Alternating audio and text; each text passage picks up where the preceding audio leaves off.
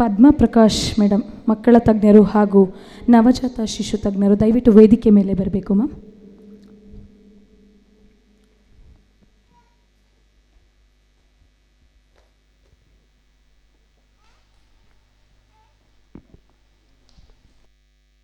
ದಯವಿಟ್ಟು ಚಪ್ಪಾಳೆ ಮೂಲಕ ಮೇಡಮನ್ನು ಬರಮಾಡ್ಕೊಳ್ಳೋಣ. ತದನಂತರ ಶ್ರೀ ರಮೇಶ್ ಎಸ್ ಜಿ, ಅಧ್ಯಕ್ಷರು, ಕರ್ನಾಟಕ ಮೀಡಿಯಾ ಕ್ಲಬ್, ತಾವು ಕೂಡ ನಿಮ್ಮ ಆಸನವನ್ನು ಸ್ವೀಕರಿಸಬೇಕು ಸರ್. ತದನಂತರ ದಯಾನಂದ್ ಎಂ ಅವರು, ತಾವು ಕೂಡ ಆಸನವನ್ನು ಸ್ವೀಕರಿಸಬೇಕು. ದಯವಿಟ್ಟು ಚಪ್ಪಾಳೆ ಮೂಲಕ ಅವರನ್ನು ಬರಮಾಡ್ಕೊಳ್ಳೋಣ.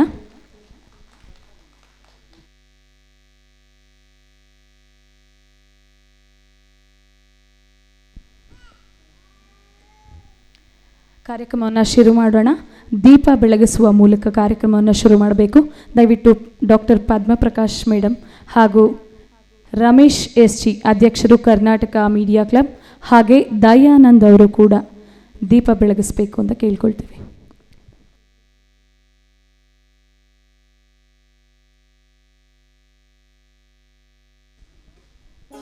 ಎಲ್ಲರೂ ಕೂಡ 2 ನಿಮಿಷ ಎದ್ದು ನಿಂತ್ಕೋಬೇಕು.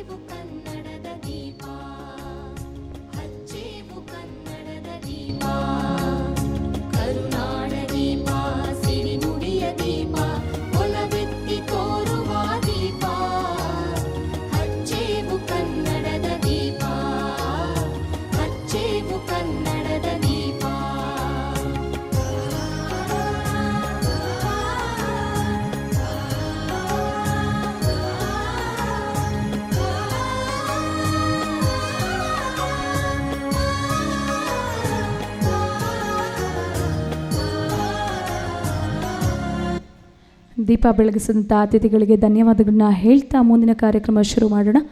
ದಯಾನಂದ್ ಎಂ ರವರಿಂದ 2 ಹಿತನುಡಿಗಳನ್ನು ಮಾತಾಡಬೇಕು ಅಂತ ಕೇಳ್ಕೊಳ್ತೀವಿ ಸರ್ ಕಾರ್ಯಕ್ರಮವನ್ನು ಕುರಿತು.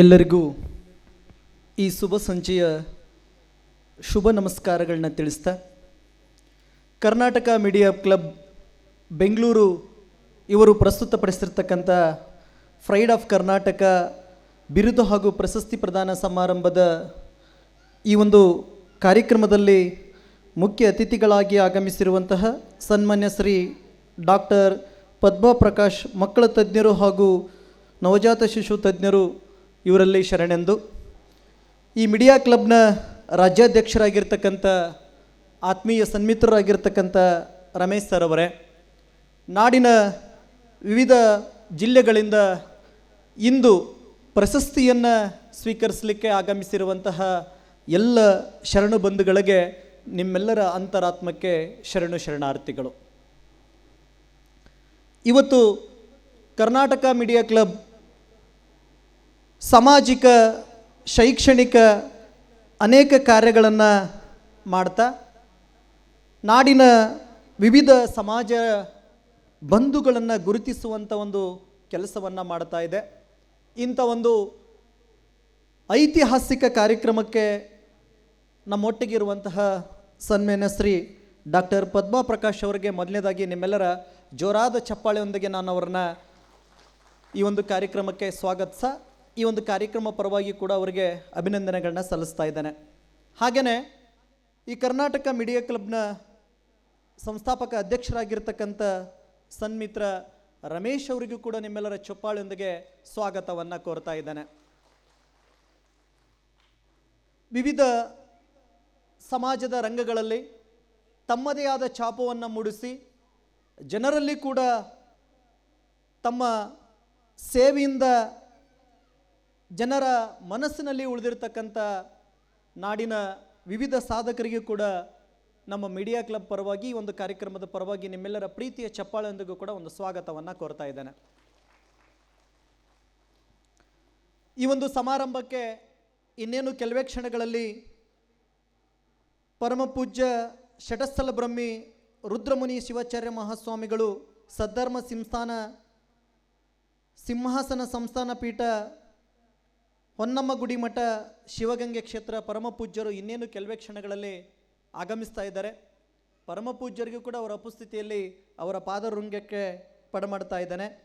ಡಾಕ್ಟರ್ ಶ್ರೀ ಶ್ರೀ ಸಿದ್ದರಾಜು ಸ್ವಾಮೀಜಿ ಶನೇಶ್ವರ ಸ್ವಾಮಿ ಪುಣ್ಯಕ್ಷೇತ್ರ ಪಾಲನಹಳ್ಳಿ ಮಠ ಪರಮ ಪೂಜ್ಯರು ಕೂಡ ಇನ್ನೇನು ಕೆಲವೇ ಕ್ಷಣಗಳಲ್ಲಿ ಈ ಒಂದು ಕಾರ್ಯಕ್ರಮಕ್ಕೆ ಆಗಮಿಸ್ತಾ ಇದ್ದಾರೆ.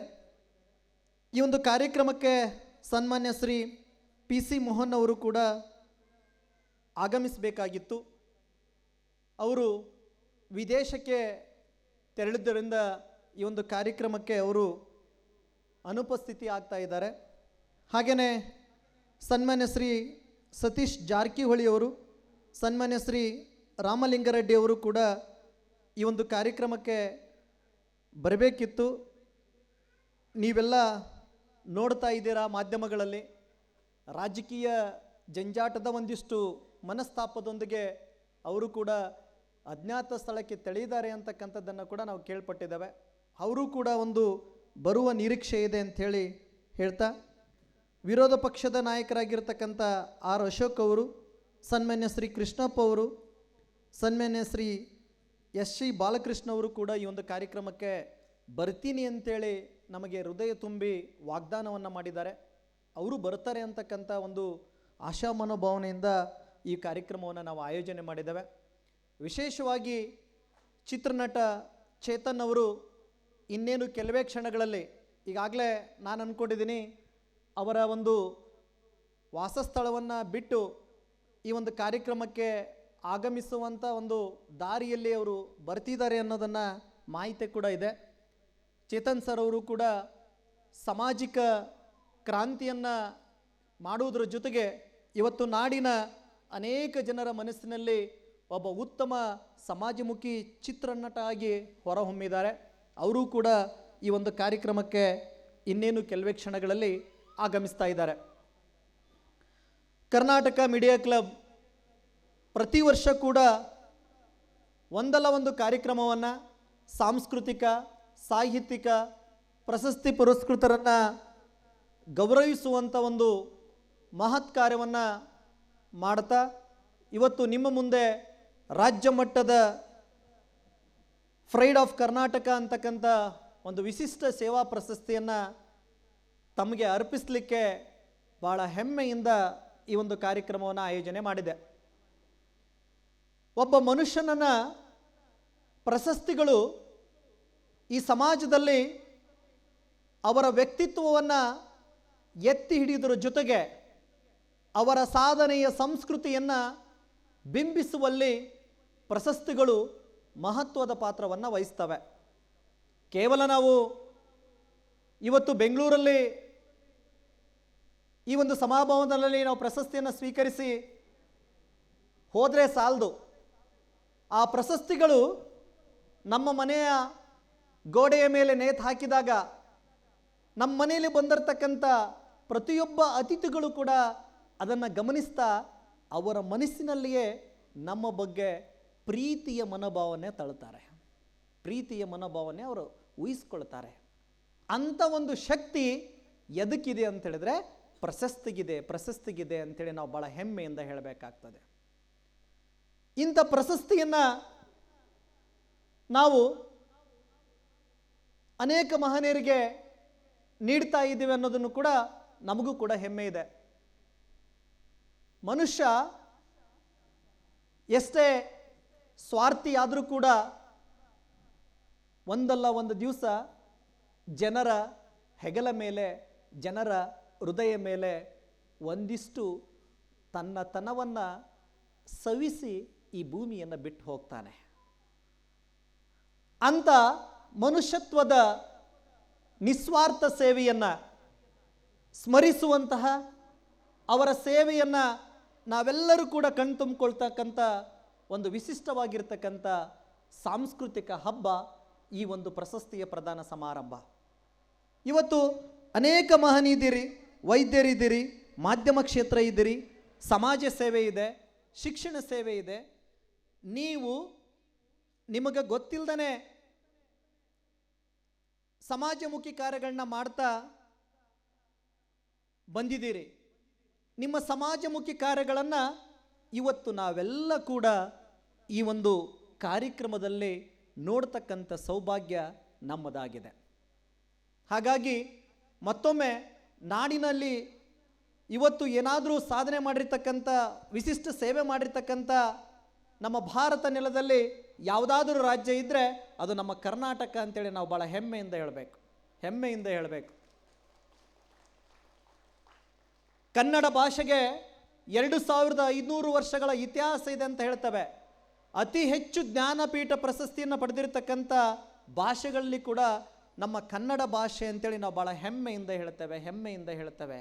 ಇಂಥ ಕನ್ನಡಿಗರ ಭಾಷಿಗರಾದ ನಾವು ನಮ್ಮ ವಿಶ್ವಕ್ಕೆ, ನಮ್ಮ ದೇಶಕ್ಕೆ ಅನೇಕ ಮಹನೀಯರ ಕೊಡುಗೆಯನ್ನು ನಾವು ಕೂಡ ಕೊಟ್ಟಿದ್ದೇವೆ.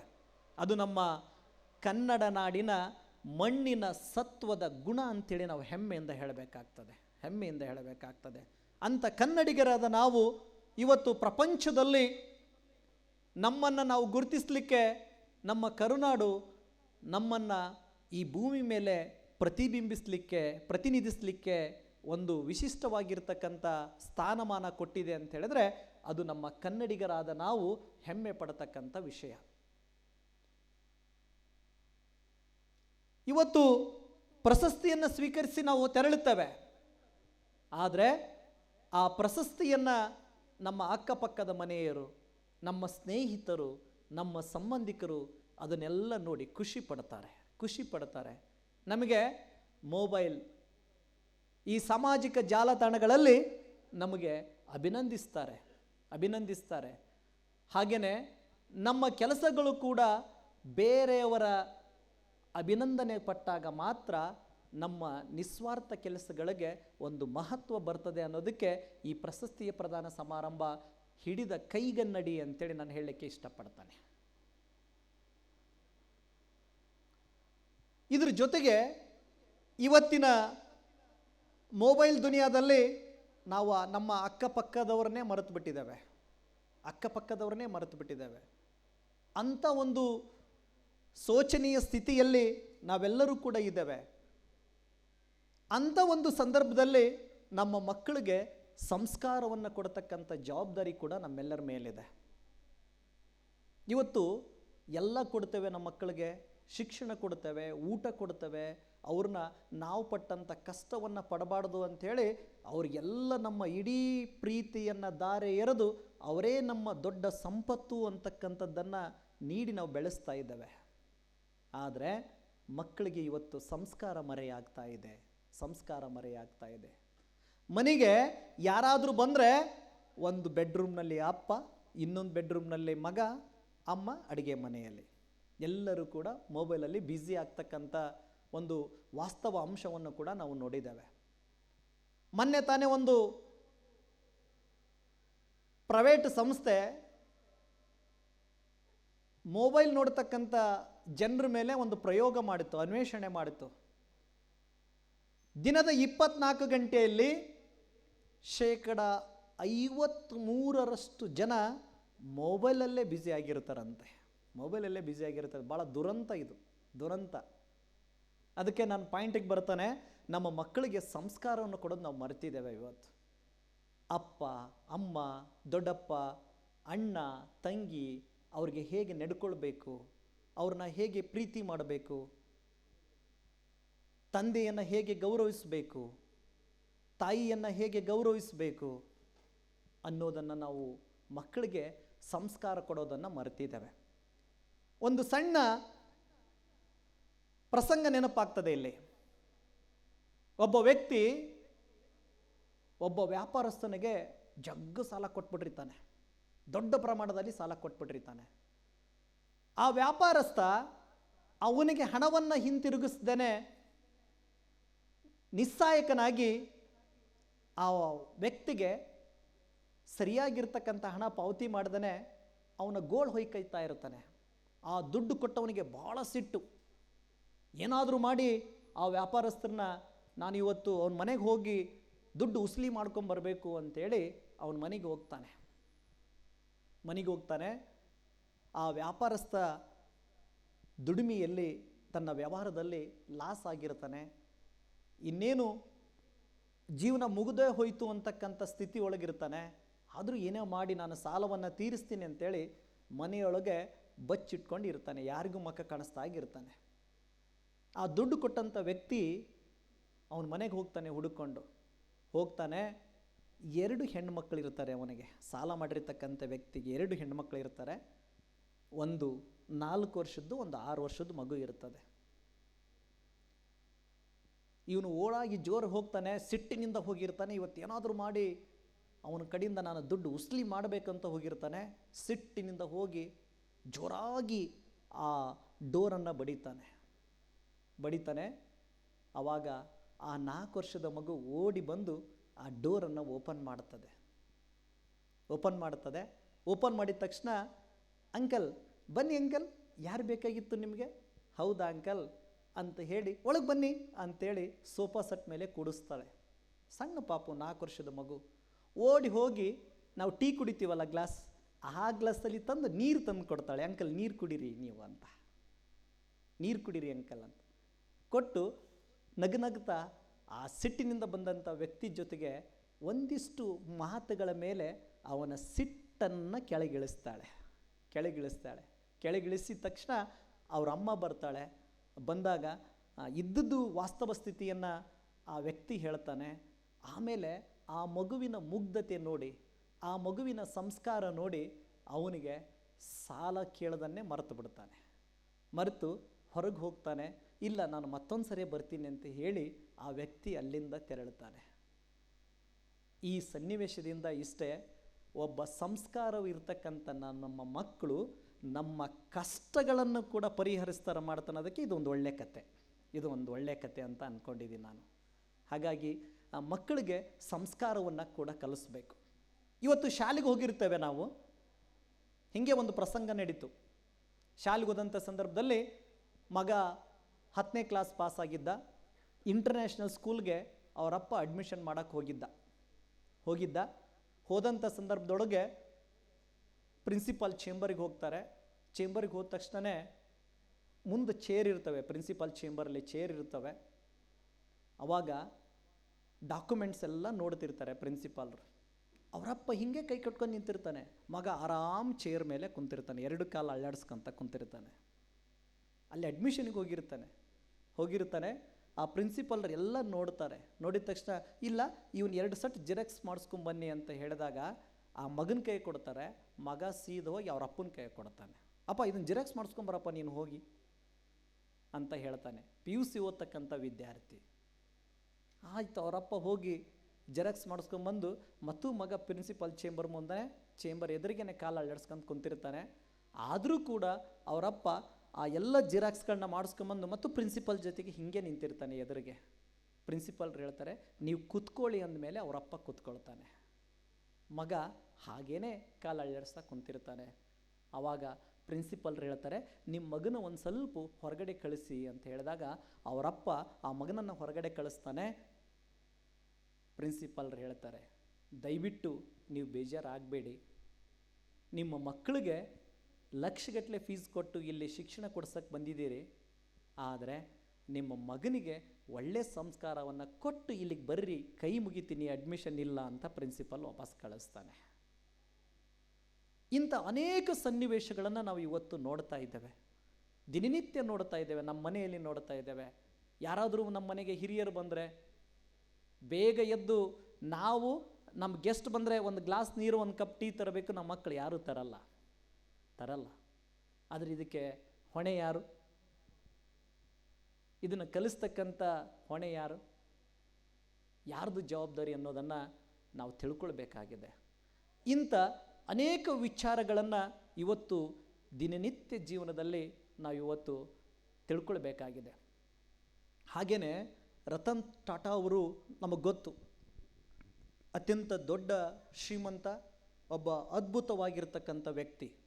ನಮ್ಮ ಭಾರತ ದೇಶಕ್ಕೆ ಅತ್ಯುನ್ನತ ಕೊಡುಗೆ ಕೊಟ್ಟಿರ್ತಕ್ಕಂಥ ರತನ್ ಟಾಟಾ ಅವರು ಒಂದು ಕಾಲೇಜ್ಗೆ ಹೋಗ್ತಾರೆ. ಕಾಲೇಜ್ಗೆ ಹೋಗಿ ವಿದ್ಯಾರ್ಥಿಗಳಿಗೆ ಉದ್ದೇಶಿಸಿ ಮಾತನಾಡ್ತಾರೆ. ಯಾವುದು ಯಶಸ್ಸು, ಯಾವುದು ಯಶಸ್ಸು ಅಂತ ಕೇಳ್ತಾರೆ ರತನ್ ಟಾಟಾ ಅವರು. ಆವಾಗ ವಿದ್ಯಾರ್ಥಿಗಳು ಒಬ್ಬೊಬ್ಬರೇ ಹೇಳ್ತಾರೆ, ಸಾರ್ ನಮ್ಮ ಅಪ್ಪಾಜಿ ಕಾರ್ ತೊಗೊಂಡಿದ್ದಾನೆ, ನಮ್ಮದು ಅಷ್ಟು ಅಂತಸ್ತು ಮನೆ ಇದೆ, ನಮ್ಮದು ಅಷ್ಟು ಹೊಲ ಇದೆ, ನಮ್ಮ ಬ್ಯಾಂಕ್ ಬ್ಯಾಲೆನ್ಸ್ ಇಷ್ಟಿದೆ ಅಂಥೇಳಿ ಹೇಳ್ತಾರೆ. ಅದು ಯಶಸ್ಸು ಅಂಥೇಳಿ ಒಂದಿಷ್ಟು ವಿದ್ಯಾರ್ಥಿಗಳು ಹೇಳ್ತಾರೆ. ಒಂದಿಷ್ಟು ವಿದ್ಯಾರ್ಥಿಗಳು ಹೇಳ್ತಾರೆ, ಸರ್ ನಂದು ಫೇಸ್ಬುಕ್ ಫಾಲೋವರ್ಸು 3 ಲಕ್ಷ ಇದ್ದಾರೆ. ಇನ್ನೊಬ್ಬನು ಹೇಳ್ತಾನೆ, ಸರ್ ನಂದು ಇನ್ಸ್ಟಾಗ್ರಾಮ್ನಲ್ಲಿ 6 ಲಕ್ಷ ಜನ ಫಾಲೋವರ್ಸ್ ಇದ್ದಾರೆ, ಇದು ನನ್ನ ಯಶಸ್ಸು ಅಂಥೇಳಿ ಎಲ್ಲರೂ ಹೇಳ್ತಾರೆ. ಆವಾಗ ರತನ್ ಟಾಟಾ ಹೇಳ್ತಾರೆ, ನಾನು ಮಾಡಿರ್ತಕ್ಕಂಥ ಸಾಧನೆಯೂ ಕೂಡ ಯಶಸ್ಸಲ್ಲ, ನಾನು ಮಾಡಿರ್ತಕ್ಕಂಥ ಬಿಸ್ನೆಸ್ ಕೂಡ ಯಶಸ್ಸಲ್ಲ. ಯಾರ ಹೃದಯದಲ್ಲಿ ಸಂತೋಷ ಇದೆ ಅವರು ನಿಜವಾಗಿರ್ತಕ್ಕಂಥ ಯಶಸ್ಸನ್ನು ಪಡೆದವರು ಅಂತೇಳಿ ರತನ್ ಟಾಟಾ ಅವರು ಹೇಳ್ತಾರೆ. ಯಾರ ಹೃದಯದಲ್ಲಿ ಸಂತೋಷ ಇರ್ತದೆ ಅವರು ಯಶಸ್ವಿಗಳು ಅಂಥೇಳಿ ರತನ್ ಟಾಟಾ ಹೇಳ್ತಾರೆ. ಇವತ್ತು ನೀವೆಲ್ಲ ಈ ಒಂದು ಕಾರ್ಯಕ್ರಮದಲ್ಲಿ ಹಸನ್ಮುಖಿಗಳಾಗಿ ಇವತ್ತು ಸಂತೋಷದಿಂದ ಬಂದಿದ್ದೀರಲ್ಲ, ನೀವು ನಿಜವಾದ ಯಶಸ್ವಿಗಳು ಅಂಥೇಳಿ ನಾನು ಭಾಳ ಹೆಮ್ಮೆಯಿಂದ ಹೇಳೋಕ್ಕೆ ಇಷ್ಟಪಡ್ತೇನೆ.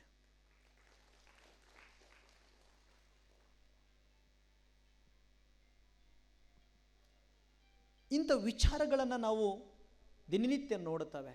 ಮಕ್ಕಳಿಗೆ ಇವತ್ತು ನಾನು ಕೂಡ ಒಬ್ಬ ಮಾಧ್ಯಮದ ಮಿತ್ರನಾಗಿ, ಉಪನ್ಯಾಸಕನಾಗಿ, ಕರ್ನಾಟಕ ಪ್ರೆಸ್ ಕ್ಲಬ್ನ ಅಧ್ಯಕ್ಷನಾಗಿ ಅನೇಕ ಜಿಲ್ಲೆಗಳಲ್ಲಿ ಪ್ರತಿ ತಿಂಗಳಲ್ಲಿ ಕೂಡ ನಾನು ಅನೇಕ ಒಂದು ಉಪನ್ಯಾಸ ಕೊಡ್ತಾನೆ ಬಂದಿರ್ತಿದ್ದೀನಿ. ಅದನ್ನೇ ಹೇಳ್ತಾ ಇದ್ದೀನಿ, ಇವತ್ತು ನಮ್ಮ ಮಕ್ಕಳಿಗೆ ನಿಜ ಜೀವನವನ್ನು ಕಲಿಸ್ಬೇಕಾಗಿದೆ. ಸಮುದ್ರ ಇದೆ, ಈ ಜೀವನ ಅಂತ ಅನ್ನೋದು ಒಂದು ಸಮುದ್ರ ಇದ್ದಂಗೆ. ಸಮುದ್ರದಲ್ಲಿ ನಮಗೆ ಉಪ್ಪು ಸಿಗ್ತದೆ, ಮೀನು ಸಿಗ್ತದೆ, ಮುತ್ತು ರತ್ನಗಳು ಸಿಗ್ತವೆ. ಇವುಗಳನ್ನು ಆಯ್ಕೆ ಮಾಡತಕ್ಕಂಥ ಜವಾಬ್ದಾರಿ ಯಾರ್ದು ಅಂತ ಹೇಳಿದ್ರೆ ನಮ್ಮದು. ಸಮುದ್ರ ಹೇಳ್ತದಂತೆ, ಏ ಮನುಷ್ಯ, ನಾನು ನಿನಗೆ ಉಪ್ಪನ್ನು ಕೊಡ್ತೇನೆ, ನಾನು ನಿನಗೆ ಮೀನುವನ್ನು ಕೊಡ್ತೇನೆ, ನಾನು ನಿನಗೆ ಮುತ್ತು ರತ್ನಗಳನ್ನ ಕೊಡ್ತೇನೆ, ನಿನ್ನ ಸಾಮರ್ಥ್ಯ, ನಿನ್ನ ಆಯ್ಕೆ, ನಿನಗೆ ಯಾವುದು ಬೇಕು ಅದನ್ನು ಆರಿಸ್ಕೋ ಅಂಥೇಳಿ ಸಮುದ್ರ ಹೇಳ್ತದಂತೆ. ಅದಕ್ಕೆ ನಮ್ಮ ಮಕ್ಕಳು ಕೇಳಬೇಕು, ನಾವು ಮುತ್ತು ರತ್ನಗಳನ್ನು ಆಯ್ಕೆ ಮಾಡ್ತಕ್ಕಂಥ ಮಕ್ಕಳು ಆಗಬೇಕು ಅಂತಕ್ಕಂಥ ಒಂದು ವಿಚಾರವನ್ನು ನಮ್ಮ ಮಕ್ಕಳಿಗೆ ಕಲಿಸ್ಬೇಕಾಗಿದೆ. ಇಂಥ ಅನೇಕ ವಿಷಯಗಳನ್ನು ನಾವು ದಿನನಿತ್ಯ ನೋಡ್ತಾ ಹೋಗ್ತೇವೆ. ಹಾಗೆಯೇ ಇವತ್ತು ನಮ್ಮ ಕರ್ನಾಟಕ ಮೀಡಿಯಾ ಕ್ಲಬ್ ನಿಮಗೆ ಪ್ರಶಸ್ತಿಯನ್ನು ನೀಡುತ್ತಾ ಗೌರವಿಸ್ತಾ ಬಂದಿದೆ. ಅನೇಕ ಪುರಸ್ಕೃತರು ನಮ್ಮ ಮುಂದಿದ್ದಾರೆ, ವೈದ್ಯರಿದ್ದಾರೆ, ಜೊತೆಗೆ ಸಮಾಜ ಸೇವೆಯನ್ನು ಮಾಡ್ತಕ್ಕಂತಿದ್ದಾರೆ, ಶಿಕ್ಷಣ ಸೇವೆಯನ್ನು ಮಾಡ್ತಕ್ಕಂತಿದ್ದಾರೆ, ಉದ್ಯಮಿಗಳು ಇದ್ದಾರೆ, ಮಾಧ್ಯಮ ಕ್ಷೇತ್ರದಿದ್ದಾರೆ, ಶಿಕ್ಷಣ ಕ್ಷೇತ್ರದಲ್ಲಿದ್ದಾರೆ. ಹೀಗೆ ಬೇರೆ ಬೇರೆ ವಿಧಗಳಲ್ಲಿ ನೀವು ಇವತ್ತು ನಮ್ಮನ್ನು ಪ್ರೀತಿ ಮಾಡ್ತಾ, ನಮ್ಮ ಮೇಲೆ ಒಂದು ನಂಬಿಕೆಯನ್ನು ಇಡ್ತಾ ಇವತ್ತು ನೀವು ಪ್ರಶಸ್ತಿಯನ್ನು ಸ್ವೀಕಾರ ಮಾಡಲಿಕ್ಕೆ ಬಂದಿದ್ದೀರಿ. ನಿಮ್ಮನ್ನು ಗೌರವಿಸುವಂತಹ, ನಿಮಗೆ ಸನ್ಮಾನಿಸುವಂಥ ಒಂದು ಭಾಗ್ಯ ನಮ್ಮದಾಗಿದೆ. ನಾವು ಯಾವತ್ತೂ ಕೂಡ ಈ ಒಂದು ಕಾರ್ಯವನ್ನು ನಿರಂತರವಾಗಿ ಮಾಡ್ತಾ ಕರ್ನಾಟಕ ಮೀಡಿಯಾ ಕ್ಲಬ್ ಇವತ್ತು ಒಂದು ಸುಂದರ ಕಾರ್ಯಕ್ರಮವನ್ನು ಕೂಡ ಆಯೋಜನೆ ಮಾಡಿದೆ. ಪರಮ ಪೂಜ್ಯರು ಮತ್ತು ಚಿತ್ರನಟ ಚೇತನ್ ಅವರು ಇನ್ನೇನು ಕೆಲವೇ ಕ್ಷಣಗಳಲ್ಲಿ ಬರ್ತಾ ಇದ್ದಾರೆ.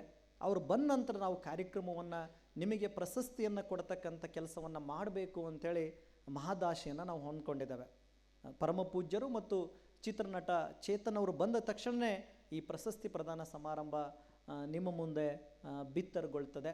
ಹಾಗಾಗಿ ತಾವೆಲ್ಲರೂ ಕೂಡ ಈ ಒಂದು ಕಾರ್ಯಕ್ರಮದಲ್ಲಿ ಉಪಸ್ಥಿತರಿದ್ದು ಈ ಒಂದು ಅವಿಸ್ಮರಣೀಯ ಐತಿಹಾಸಿಕ ಸಮಾರಂಭದಲ್ಲಿ ಉಪಸ್ಥಿತರಿದ್ದು ನಮ್ಮ ಪ್ರೀತಿಯ ಒಂದು ಆತಿಥ್ಯವನ್ನು ಸ್ವೀಕರಿಸಿ ತೆರಳುತ್ತಾ ಇದ್ದಾರೆ. ನಿಮ್ಮೆಲ್ಲರಿಗೂ ಕೂಡ ನಮ್ಮ ಕರ್ನಾಟಕ ಮೀಡಿಯಾ ಕ್ಲಬ್ ವತಿಯಿಂದ ತುಂಬು ಹೃದಯದ ಅಭಿನಂದನೆಗಳನ್ನು ಧನ್ಯವಾದಗಳನ್ನ ಹೇಳ್ತಾ ನನ್ನ 2 ಮಾತಿಗೆ ತೊದಲು ನುಡಿಗೆ ವಿರಾಮ ನೀಡುತ್ತೇನೆ. ಧನ್ಯವಾದಗಳು.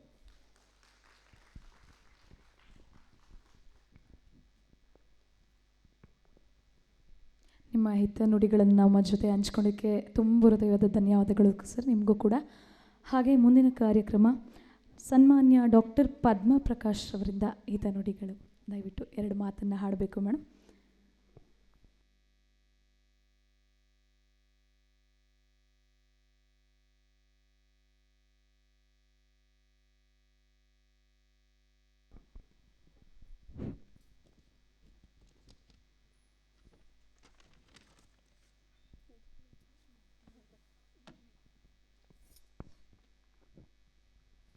ಎಲ್ಲರಿಗೂ ನಮಸ್ಕಾರ, ಶುಭ ಸಂಜೆ.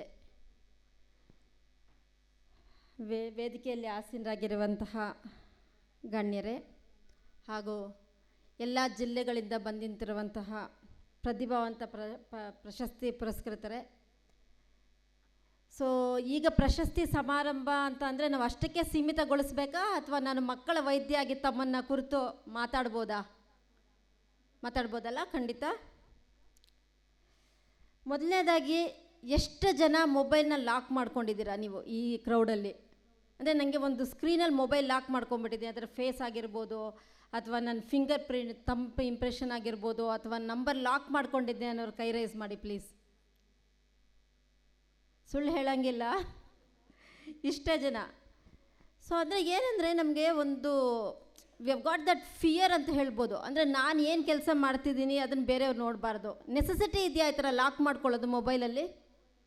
ಅನಿಸುತ್ತಾ ನಿಮಗೆ ನೆಸೆಸಿಟಿ ಇದೆ, ನಾನು ಲಾಕ್ ಮಾಡ್ಕೋಬೇಕು ಅಂದರೆ ನನ್ನ ಲೈಫ್ ಪಾರ್ಟ್ನರ್ ಆಗಲಿ ಅಥವಾ ನನ್ನ ಮಕ್ಕಳು ಇದನ್ನು ನೋಡಬಾರ್ದು, ನಾನು ವಾಟ್ಸಪ್ಪಲ್ಲಿದ್ದೀನಾ, ಇನ್ಸ್ಟಾದಲ್ಲಿದ್ದೀನಾ, ಅಥವಾ ನಾನು ಎಲ್ಲಿ ಚಾಟ್ ಮಾಡ್ತಿದ್ದೀನಿ, ಯಾವ ಆ್ಯಪ್ ನೋಡ್ತಿದ್ದೀನಿ ಅನ್ನೋ ನೆಸೆಸಿಟಿ ಅನಿಸುತ್ತಾ ನಿಮಗೆ? ಒಂದು ಕ್ಷಣ ಯೋಚನೆ ಮಾಡಿ. ಇಲ್ಲ ಅಲ್ವಾ? ನಂಬರ್ 1. ನಂಬರ್ 2, ಇಲ್ಲಿ ಎಷ್ಟು ಜನ ನನಗೆ ಒಂದೇ ಮಗು ಇದೆ ಅಂದರೆ ಓನ್ಲಿ 1 ಚೈಲ್ಡ್ ಐ ಹ್ಯಾವ್ ಅನ್ನೋರು ಕೈ ರೈಸ್ ಮಾಡಿ. ಓಕೆ, 2 ಮಕ್ಕಳಿದ್ದಾರೆ ಅನ್ನೋರು ಕೈ ರೈಸ್ ಮಾಡಿ. Very good. ನಾನು ಯಾಕೆ ಹೇಳ್ತಾ ಇದ್ದೀನಿ ಅಂತಂದರೆ, ನಾನು ಆಲ್ಮೋಸ್ಟ್ 25 ಇಯರ್ಸ್ ಪ್ರಾಕ್ಟೀಸಲ್ಲಿ ಅಂದರೆ ಪೇರೆಂಟ್ಸು 1 ಚೈಲ್ಡ್ ಇದ್ದಾಗ ಇಬ್ಬರು ಬೋತ್ ಆರ್ ವರ್ಕಿಂಗ್ ಅಂತ ಹೇಳಿದ್ರೆ ಆ ಮಕ್ಕಳು ತುಂಬ they'll feel very lonely, especially teenage 12, 13 to 19 years. That is a very precious time ಮಕ್ಕಳಿಗೆ. ಸೊ ನಾನು ನನ್ನ OPD ಕನ್ಸಲ್ಟೇಷನಲ್ಲಿ ಹೇಳ್ತೀನಿ, ನೀವು ಏನು ಕೆಮ್ಮು, ನೆಗಡಿ, ಜ್ವರ, ವಾಂತಿ ಭೇದಿ ಅಂತ ಬರ್ತಿರೋ ಅದೆಲ್ಲ ಟ್ರೀಟ್ಮೆಂಟ್ ಮುಗಿದ ಮೇಲೆ ಪ್ರತಿ ತಂದೆ ತಾಯಿಗೂ ಹೇಳ್ತೀನಿ, ನೀವು ಎಷ್ಟೇ ಬ್ಯುಸಿ ಇರಿ, ನೀವು ಡಾಕ್ಟರ್ಸ್ ಆಗಿರಿ, ಇಂಜಿನಿಯರ್ಸ್ ಆಗಿರಿ, ಅಥವಾ ನಿಮ್ಗೆ ಓನ್ ಕಂಪನೀಸ್ ಇರಲಿ, ಅಥವಾ ನೀವು ವ್ಯವಸಾಯ ಮಾಡಿ, ಏನೇ ಕೆಲಸ ಮಾಡಿ, ನೀವು ಮಿನಿಮಮ್ 30 minutes ನೀವು have to spend time with the children. ಮಕ್ಕಳ ಜೊತೆ ನೀವು ಮಿನಿಮಮ್ ಸ್ಪೆಂಡ್ ಮಾಡಲೇಬೇಕು ಒಂದು ದಿನದಲ್ಲಿ. ಎಷ್ಟೊಂದು ಜನ ಹೇಳ್ತಾರೆ, ಬೆಳಗ್ಗೆ ನಾನು ಆಫೀಸ್ಗೆ ಹೋಗೋಷ್ಟೊತ್ತಿಗೆ ಮಕ್ಕಳು ಮಲಗಿರ್ತಾರೆ, ಇಲ್ಲ ರಾತ್ರಿ ನಾನು ಆಫೀಸಿಂದ ಬರೋಷ್ಟೊತ್ತಿಗೆ ಮಕ್ಕಳು ಮಲಗಿಬಿಟ್ಟಿರ್ತಾರೆ ಮೇಡಮ್, ಟೈಮೇ ಇರಲ್ಲ ಮಾತಾಡೋಕ್ಕೆ.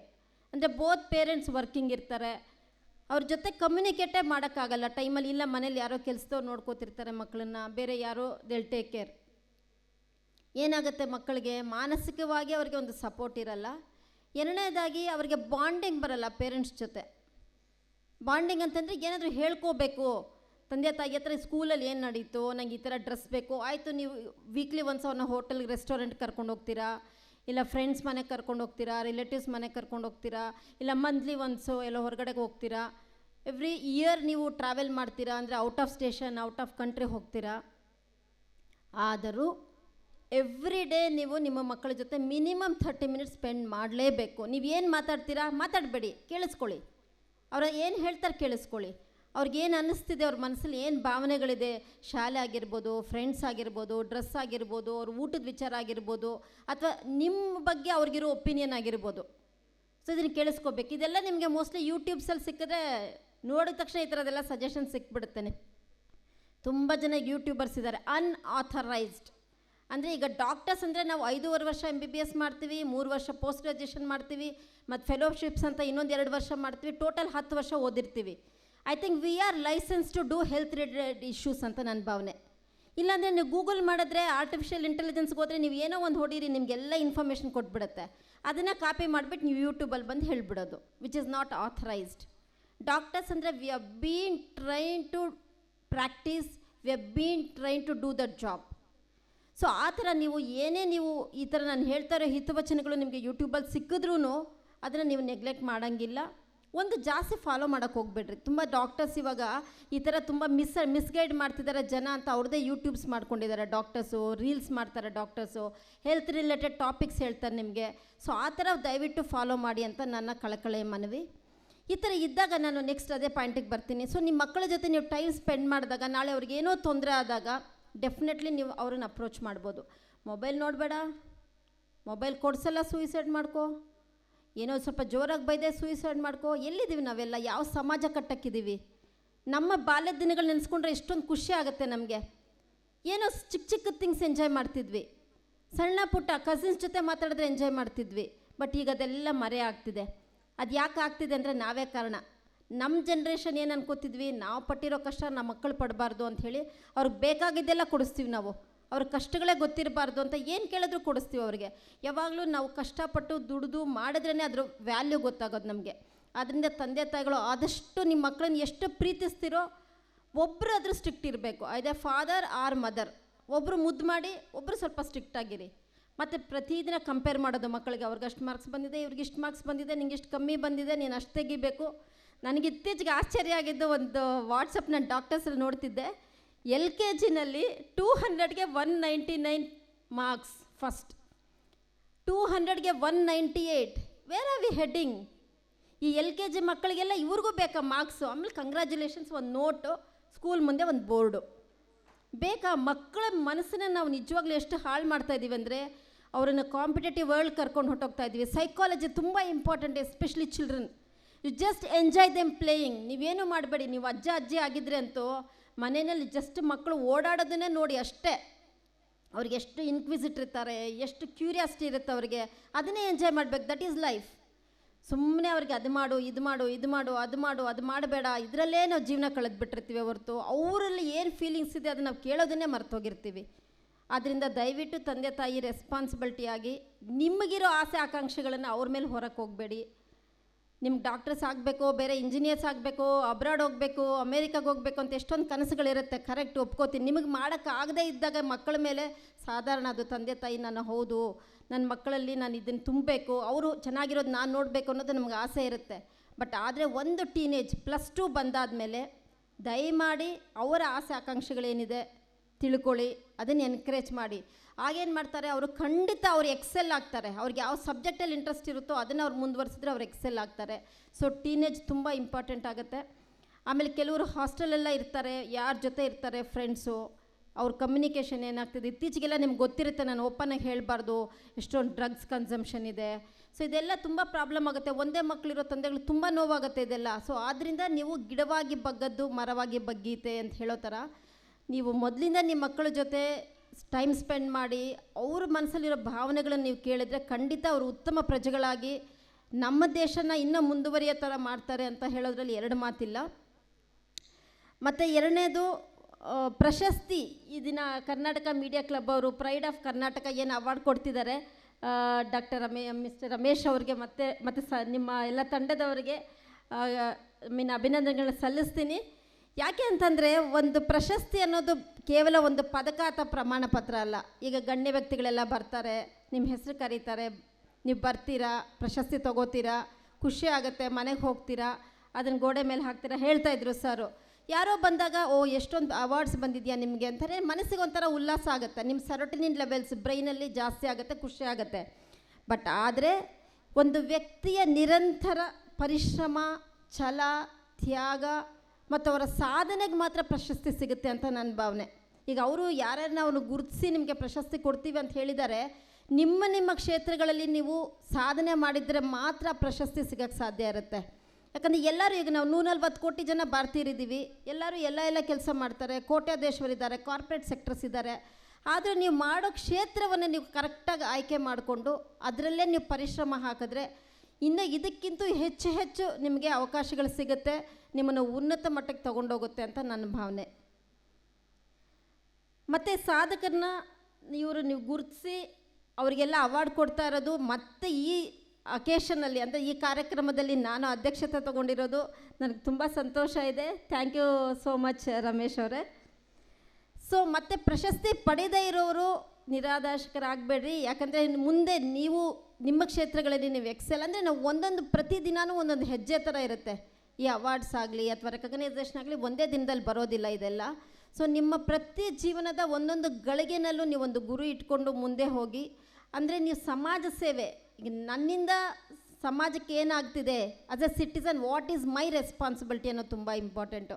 ಸಮಾಜ ನನಗೇನು ಕೊಟ್ಟಿದೆ, ಏನು ಮಾಡಿದ್ದಾರೆ ಅಂತ ನಾವು ಜಾಸ್ತಿ ಕೇಳ್ತೀವಿ ಹೊರತು ನಾನು ಸಮಾಜಕ್ಕೆ ಏನು ಕೊಟ್ಟಿದ್ದೀನಿ ಅನ್ನೋದು ಕೇಳೋದು ತುಂಬ ಕಮ್ಮಿ ಆಗಿಬಿಟ್ಟಿದೆ. ಸೊ ಆದ್ದರಿಂದ ನೀವು ನಿಮ್ಮ ಕೆಲಸಗಳನ್ನು ಜವಾಬ್ದಾರಿಗಳನ್ನು ಹೊಸ ಜವಾಬ್ದಾರಿ ಸಮಾಜಮುಖಿ ಕೆಲಸಗಳು ಮಾಡಿದ್ರೆ ಖಂಡಿತ ಪ್ರಶಸ್ತಿ ನಿಮ್ಮನ್ನು ಒಂದಿನ ಅರಸಿ ಬರುತ್ತೆ ಅಂತ ಹೇಳ್ತೀನಿ. ಈ ಪ್ರಯತ್ನ ಹೀಗೆ ಮುಂದುವರಿಸಿ ಮತ್ತು ಈ ಕಾರ್ಯಕ್ರಮಕ್ಕೆ ಬಂದ ನಿಮಗೆಲ್ಲರೂ ಮತ್ತೊಮ್ಮೆ ನಾನು ಅಭಿನಂದನೆಗಳು ಸಲ್ಲಿಸ್ತಾ, ಮತ್ತು ಸಂಘಟಕರಿಗೆ ಇಷ್ಟೊಂದು ಕಾರ್ಯಕ್ರಮವನ್ನು ಅಚ್ಚುಕಟ್ಟಾಗಿ ಸಂಯೋಜನೆ ಮಾಡಿದ್ದೀರಾ. ಸೊ ನಿಮಗೆಲ್ಲರಿಗೂ ನಾನು ಧನ್ಯವಾದಗಳು ತಿಳಿಸ್ತೀನಿ. ಜೈ ಹಿಂದ್, ಜೈ ಕರ್ನಾಟಕ.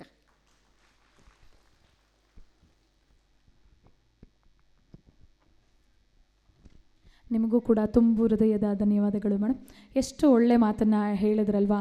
ನಮ್ಮ ಮಕ್ಕಳ ಜೊತೆಗೆ ನಾವು ಜಸ್ಟ್ 30 ಮಿನಿಟ್ಸ್ ಕೂಡ ಸ್ಪೆಂಡ್ ಮಾಡಲ್ಲ, ಯಾಕಂದರೆ ನಮ್ಮ ಲೈಫ್ ಬ್ಯುಸಿ ಇರ್ತೀವಿ. ನಮ್ಮ ಲೈಫ್ ಅಂದ್ರೇ ಬ್ಯುಸಿ ಲೈಫ್ ಆಗಿಬಿಟ್ಟಿರುತ್ತೆ. ಅಪ್ಪ ಒಂದು ಕಡೆ ದುಡಿತಾರೆ, ಅಮ್ಮ ಒಂದು ಕಡೆ ದುಡಿತಾರೆ. ಸೊ ಮಕ್ಕಳನ್ನ ಯಾರು ಕೇರ್ ಮಾಡ್ತಾರೆ? ಸೊ ಹಾಗಾಗಿ ನಾವೇ ಕಾರಣ ನಮ್ಮ ಮಕ್ಕಳು ಹಾಳಾಗೋದಕ್ಕೆ ಅಂತ ಹೇಳ್ತೀನಿ ನಾನು ಕೂಡ.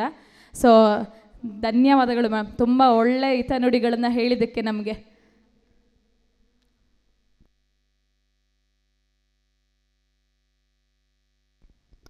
ಈಗಾಗಲೇ ನಾವು ತಿಳಿಸಿದ ಹಾಗೆ ಈ ಒಂದು ಕಾರ್ಯಕ್ರಮಕ್ಕೆ ಪರಮ ಪೂಜ್ಯರು ಕೂಡ ಬರ್ತಾ ಇದ್ದಾರೆ. ಹಾಗೆಯೇ ಚಿತ್ರನಟ ಚೇತನ್ ಅವರನ್ನು ಈಗ ನಮ್ಮ ಕಾರ್ಯಕ್ರಮಕ್ಕೆ ಹೃದಯ ಸ್ಪರ್ಶಿ ಸ್ವಾಗತವನ್ನು ಕೈಂಕರ್ಯ ನಡೀತಾ ಇದೆ. ಈ ಒಂದು ಪ್ರಶಸ್ತಿಗಳು ಕೇವಲ ನಮ್ಮನ್ನು ಗೌರವಿಸ್ತವೆ ಅನ್ನೋದಕ್ಕಿಂತ ಮುಂಚಿತವಾಗಿ ಪ್ರಶಸ್ತಿಗಳು ನಮಗೆ ಹೆಚ್ಚಿನ ಜವಾಬ್ದಾರಿಗಳನ್ನ ನೀಡ್ತವೆ ಅನ್ನೋದನ್ನು ನಾವೆಲ್ಲರೂ ಕೂಡ ಅರ್ಥ ಮಾಡ್ಕೊಳ್ಬೇಕು ಅಂತಕ್ಕಂಥ ವಿಚಾರವನ್ನು ತಿಳಿಸ್ತಾ, ಈ ಒಂದು ಕಲಾಗ್ರಾಮದಲ್ಲಿ Karnataka media club 2026 pride of Karnataka ಬಿರುದು ಮತ್ತು ಪ್ರಶಸ್ತಿಯನ್ನು ತಮಗೆ ಅರ್ಪಿಸಲಿಕ್ಕೆ ಬಹಳ ಉತ್ಸುಕತೆಯಿಂದ ನಾವೆಲ್ಲರೂ ಕೂಡ ಕಾಯ್ತಾ ಇದ್ದೇವೆ. ಈ ಒಂದು ಕಾರ್ಯಕ್ರಮದ ಪಾವನ ಸಾನ್ನಿಧ್ಯವನ್ನು ವಹಿಸಲಿಕ್ಕೆ ಶಟಸ್ಥಲ ಬ್ರಹ್ಮಿ ರುದ್ರಮುನಿ ಶಿವಾಚಾರ್ಯ ಮಹಾಸ್ವಾಮಿಗಳು, ಸದ್ಧರ್ಮ ಸಂಸ್ಥಾನ ಗುರುಪೀಠ ಶಿವಗಂಗೆ ಕ್ಷೇತ್ರ ಪರಮ ಪೂಜ್ಯರು ಕೂಡ ಆಗಮಿಸ್ತಾ ಇದ್ದಾರೆ. ಡಾಕ್ಟರ್ ಶ್ರೀ ಶ್ರೀ ಸಿದ್ದರಾಜು ಸ್ವಾಮೀಜಿ, ಶ್ರೀ ಶನೇಶ್ವರ ಸ್ವಾಮಿ ಪುಣ್ಯಕ್ಷೇತ್ರ ಸಾನನಹಳ್ಳಿ ಮಠ ಪರಮ ಪೂಜ್ಯರು ಕೂಡ ಆಗಮಿಸ್ತಾ ಇದ್ದಾರೆ. ಹಾಗೆಯೇ ಚಿತ್ರನಟ ಚೇತನ್ ಅವರು ಕೂಡ ಈ ಒಂದು ಕಾರ್ಯಕ್ರಮಕ್ಕೆ ಬರ್ತಾ ಇದ್ದಾರೆ. ನಿಮ್ಮೆಲ್ಲ ಇಂದಿನ ಪ್ರಶಸ್ತಿ ಪ್ರದಾನ ಒಂದು ಚಿತ್ರಗಳು, ವಿಡಿಯೋಗಳು ನಿಮಗೆ ನೀಡಿರ್ತಕ್ಕಂಥ ಕರ್ನಾಟಕ ಪ್ರೆಸ್ ಕ್ಲಬ್ನ ಒಂದು QR ಕೋಡನ್ನು ನೀಡಿರ್ತಕ್ಕಂಥ ಒಂದು ಗುರುತಿನ ಚೀಟಿಯನ್ನು ನಾವು ಕೊಟ್ಟಿದ್ದೇವೆ. ನಾಳೆ ನೀವು ಬೆಳಗ್ಗೆನೇ ನಿಮ್ಮ ಎಲ್ಲ ವಿಡಿಯೋಗಳನ್ನು, ನಿಮಗೆ ನೀವು ಸ್ವೀಕರಿಸಿರ್ತಕ್ಕಂಥ ಪ್ರಶಸ್ತಿಯ ಒಂದು ಭಾವಚಿತ್ರವನ್ನು, ಫೋಟೋವನ್ನು ಕೂಡ ನೀವು ಆ ಒಂದು ವಾಟ್ಸಪ್ ಚಾನಲಲ್ಲಿ ನೀವು ವೀಕ್ಷಿಸ್ಬೋದು ಮತ್ತು ಡೌನ್ಲೋಡ್ ಮಾಡ್ಕೋಬೋದು ಅಂತೇಳಿ ಹೇಳ್ತಾ, ಈಗ ಒಂದು ಪ್ರಶಸ್ತಿ ಪ್ರದಾನ ಸಮಾರಂಭ ಮುಗಿದ ನಂತರ ತಮಗೆಲ್ಲರೂ ಕೂಡ ಒಂದು ಊಟದ ವ್ಯವಸ್ಥೆ ಕೂಡ ಇರ್ತದೆ, ಅದನ್ನು ಕೂಡ ತಾವು ಸ್ವೀಕರಿಸಿ ತೆರಳಬೇಕು ಅಂಥೇಳಿ ವಿನಂತಿಯನ್ನು ಮಾಡಿಕೊಳ್ತಾ, 2025-26ನೇ ಸಾಲಿನ ರಾಜ್ಯದ ಶ್ರೇಷ್ಠ ನಾಗರಿಕ ಸೇವಾ ಪ್ರಶಸ್ತಿ ಪ್ರೈಡ್ ಆಫ್ ಕರ್ನಾಟಕ ಪ್ರಶಸ್ತಿ ಪ್ರದಾನ ಸಮಾರಂಭದ ಒಂದು ಕಾರ್ಯಕ್ರಮ ನಿಮ್ಮ ಮುಂದೆ ಬಿತ್ತರಗೊಳ್ತಾ ಇದೆ. ಈ ಒಂದು ಕಾರ್ಯಕ್ರಮದಲ್ಲಿ ಪರಮ ಪೂಜ್ಯರು, ಅತಿಥಿ ಗಣ್ಯರು ಕೂಡ ಬರ್ತಾ ಇದ್ದಾರೆ. ಹಾಗೆಯೇ ಈ ಒಂದು ಕಾರ್ಯಕ್ರಮದಲ್ಲಿ ಕರ್ನಾಟಕ ರಾಜ್ಯ ಸರ್ಕಾರದ ಸನ್ಮಾನ್ಯ ಸಚಿವರನ್ನ ಸಂಪರ್ಕಿಸುವಂಥ ಒಂದು ಕೆಲಸ ಕೂಡ ನಡೀತಾ ಇದೆ. ಪದೇ ಪದೇ ನಾವು ಒಂದು ಸುಮಾರು ಅವ್ರನ್ನ ಈ ಒಂದು ಕಾರ್ಯಕ್ರಮಕ್ಕೆ ಆಹ್ವಾನ ಮಾಡಲಿಕ್ಕೆ ಕನಿಷ್ಠ ಒಂದು 10 ಬಾರಿ ಆದರೂ ಕೂಡ ಅವ್ರನ್ನ ನಾವು ಕಾಂಟ್ಯಾಕ್ಟ್ ಮಾಡಿದ್ದೇವೆ. ಒಂದು ಕನಿಷ್ಠ 10 ಬಾರಿ, ಅದಕ್ಕಿಂತ ಹೆಚ್ಚು ಮಾಡಿದ್ದೇವೆ.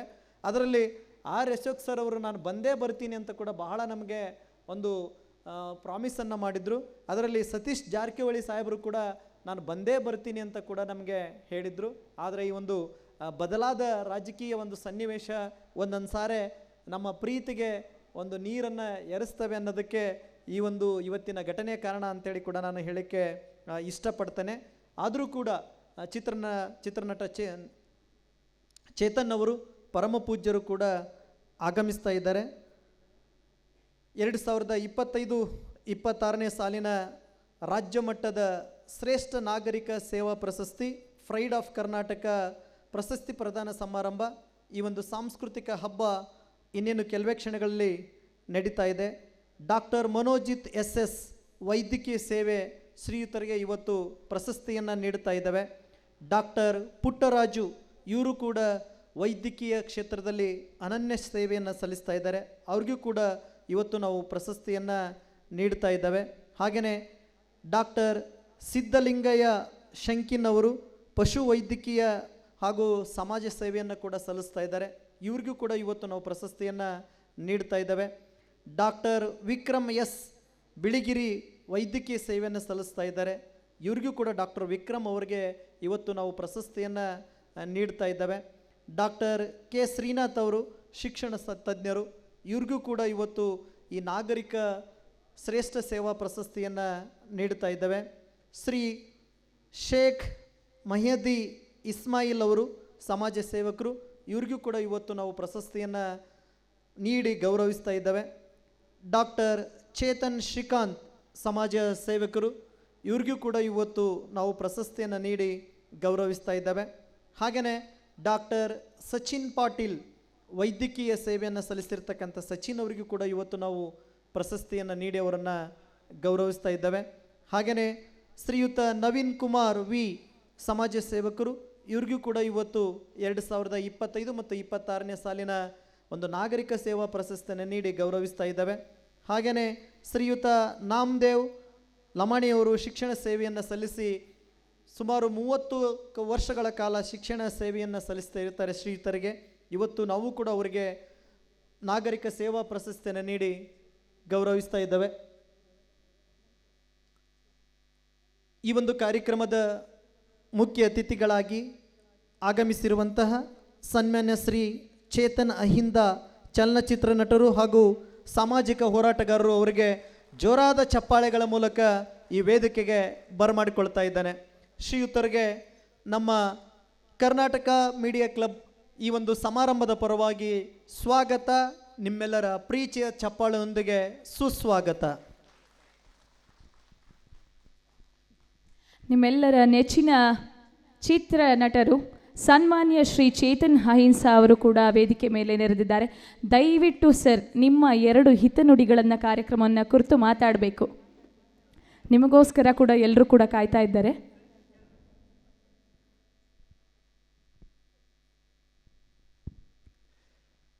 ಎಲ್ಲರಿಗೂ ನಮಸ್ಕಾರ.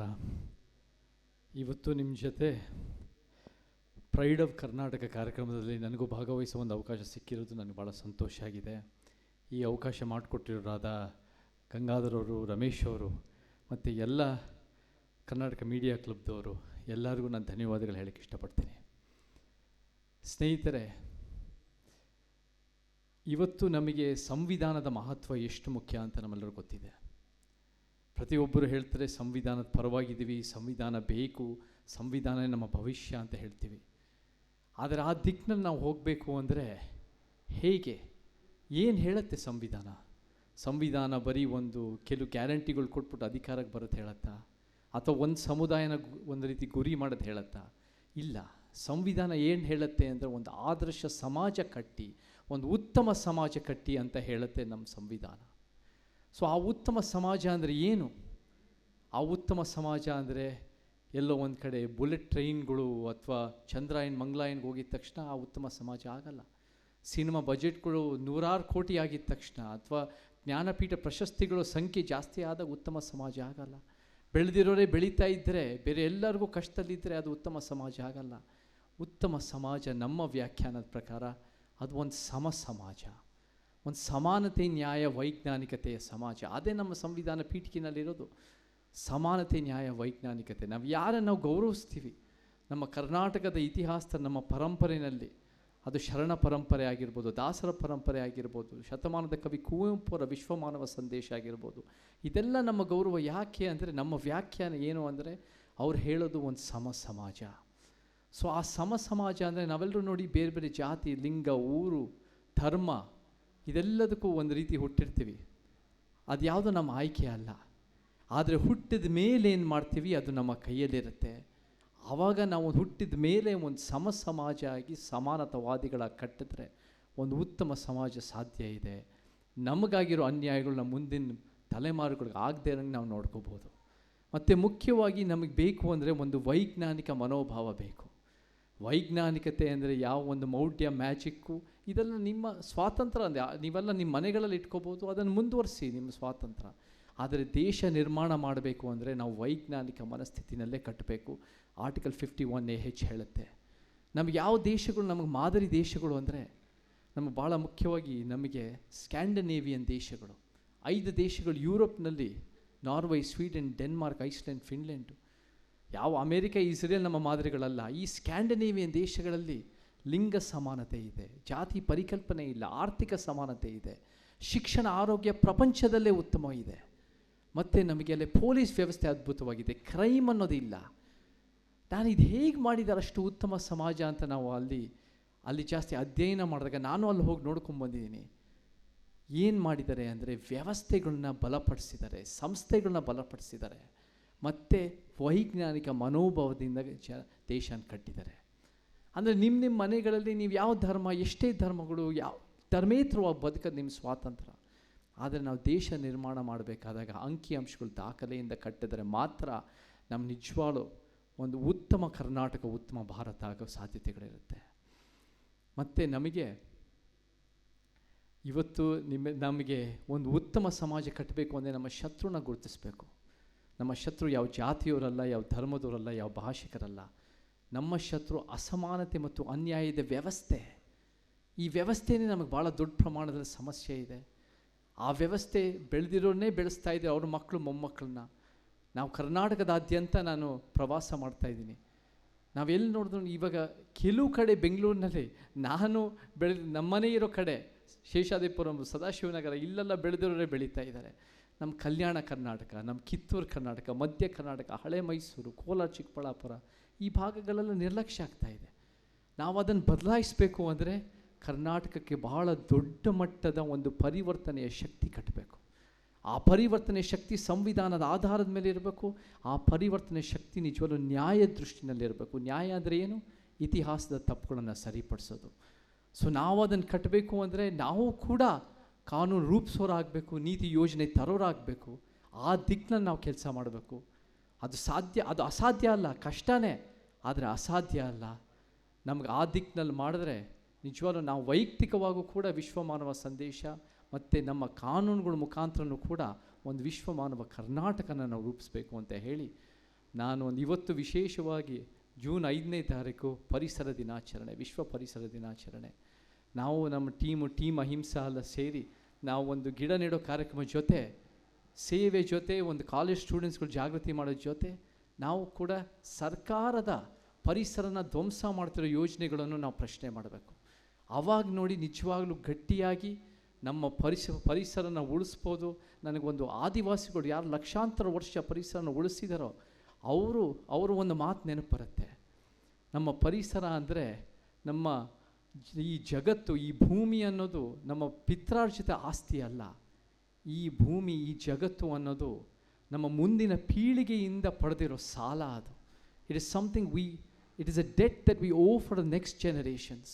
ಸೊ ಆ ಮುಂದಿನ ತಲೆಮಾರುಗಳಿಗೆ ನಾವೊಂದು ಉತ್ತಮ ಪರಿಸರ ಕೊಡಬೇಕು, ಉತ್ತಮ ಪ್ರಕೃತಿ, ಉತ್ತಮ ಒಂದು ಭೂಮಿ ಕೊಡಬೇಕು ಅಂದರೆ ಎಲ್ಲ ಅನ್ಯಾಯಗಳ ವಿರುದ್ಧ ನಾವೊಂದು ಸಮಾಜ ನಿರ್ಮಾಣ ಮಾಡಿದ್ರೆ ಭಾಳ ಒಳ್ಳೆಯದಾಗತ್ತೆ ಹೇಳಿ ನನ್ನ 2 ಮಾತು ಮುಗಿಸೋಕ್ಕಿಂತ ಮುಂಚೆ ಒಂದು ವಚನ ಹೇಳಿ ನನ್ನ ಮಾತು ಮುಗಿಸ್ತೀನಿ. 100 ನೋದಿ 100 ಕೇಳಿ ಏನು ಫಲ, ಆಸೆ ಬಿಡುದು ರೋಷ ಪರೆಯದು, ಮಜ್ಜನ ಕೆರೆದು ಫಲವೇನು, ಮಾತಿನಂತೆ ಮನವಿಲ್ಲದ ಜಾತಿ ಡಂಬರ ನೋಡಿ ನಗುವ ಕೂಡಲ ಸಂಗಮದೇವ. ಸೊ ಇವತ್ತು ನಿಮ್ಮೆಲ್ಲರ ಜೊತೆ ಈ ಅರ್ಥಪೂರ್ಣವಾದ ಕಾರ್ಯಕ್ರಮದಲ್ಲಿ ಭಾಗವಹಿಸ್ಕೊಂಡು ಅವಕಾಶ ಸಿಕ್ಕಿರೋದು ಭಾಳ ಸಂತೋಷ. ಮತ್ತು ರಮೇಶು ಗಂಗಾಧರ್ ಅವರು ಎಲ್ಲರಿಗೂ ಧನ್ಯವಾದಗಳು ಹೇಳಿ ನನ್ನ ಮಾತು ಮುಗಿಸ್ತಾ ಇದ್ದೀನಿ. ಎಲ್ಲರಿಗೂ ಜೈ ಕರ್ನಾಟಕ, ಜೈ ಭೀಮ್. ಥ್ಯಾಂಕ್ ಯು ಸರ್, ನಿಮಗೂ ಕೂಡ ಥ್ಯಾಂಕ್ ಯು ವೆರಿ ಮಚ್. ಈಗಷ್ಟೇ ಇನ್ನೇನು ವೇದಿಕೆಯ ಮೇಲೆ ಆಗಮಿಸ್ತಾ ಇದ್ದಾರೆ ರುದ್ರಮುನಿ ಶಿವಾಚಾರ್ಯ ಸ್ವಾಮೀಜಿಗಳು, ಅಧ್ಯಕ್ಷರು, ಸದ್ಧರ್ಮ ಸಿಂಹಾಸನ ಸಂಸ್ಥಾನ, ಶ್ರೀ ಹೊನ್ನಗವಿ ಮಠ, ಶಿವಗಂಗೆ ಕ್ಷೇತ್ರ. ಇವರು ಕೂಡ ಆಗಮಿಸಿದ್ದಾರೆ. ದಯವಿಟ್ಟು ಎಲ್ಲರೂ ಕೂಡ ಜೋರಾದ ಚಪ್ಪಾಳೆ ಮೂಲಕ ಅವರನ್ನು ಪ್ರೋತ್ಸಾಹ ಕೊಡಬೇಕು. ಇನ್ನೇನು ಈಗಲಷ್ಟೇ ಕಾರ್ಯಕ್ರಮ ಶುರು ಮಾಡೋಣ. ಪ್ರಶಸ್ತಿ ಪ್ರದಾನ ಕಾರ್ಯಕ್ರಮವನ್ನು ಶುರು ಮಾಡೋಣ. ಮೊದಲಿಗೆ ಮನೋಜಿತ್ SS ರವರು ವೇದಿಕೆಯ ಮುಂಭಾಗಕ್ಕೆ ಬರಬೇಕು. ಮನೋಜಿತ್ SS, ವೈದ್ಯಕೀಯ ಸೇವೆ. ಡಾಕ್ಟರ್ ಪುಟ್ಟರಾಜು, ವೈದ್ಯಕೀಯ ಕ್ಷೇತ್ರ, ದಯವಿಟ್ಟು ವೇದಿಕೆಯ ಮುಂಭಾಗಕ್ಕೆ ಬರಬೇಕು.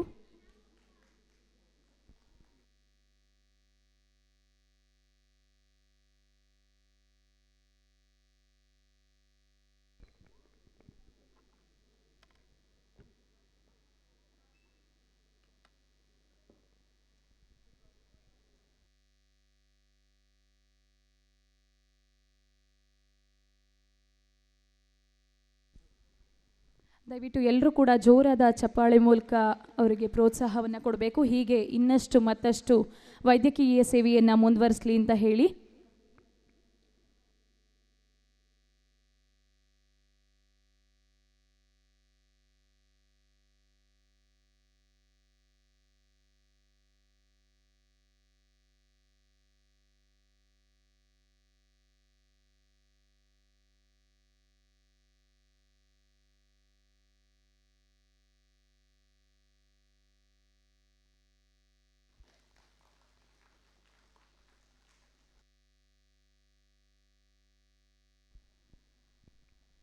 ಡಾಕ್ಟರ್ ಪುಟ್ಟರಾಜು R ರವರು, ಮೈಸೂರಿನ ಶ್ರೀಮತಿ ಮಹದೇವಮ್ಮ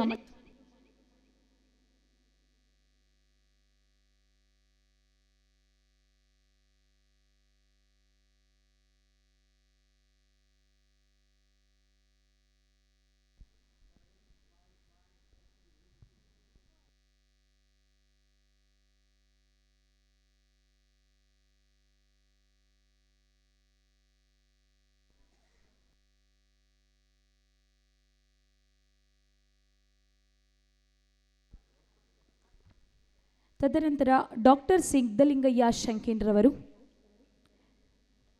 ಹಿರಿಯ ಪಶು ವೈದ್ಯಾಧಿಕಾರಿಗಳು, ದಯವಿಟ್ಟು ವೇದಿಕೆಯ ಮೇಲೆ ಬರಬೇಕು.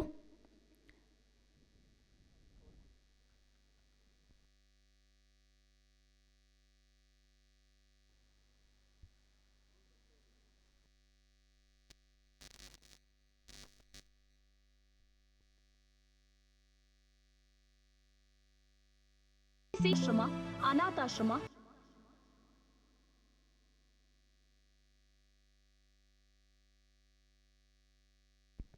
ನಾಗರಿಕ ಸೇವಾ ವ್ಯವಸ್ಥೆಯಲ್ಲಿ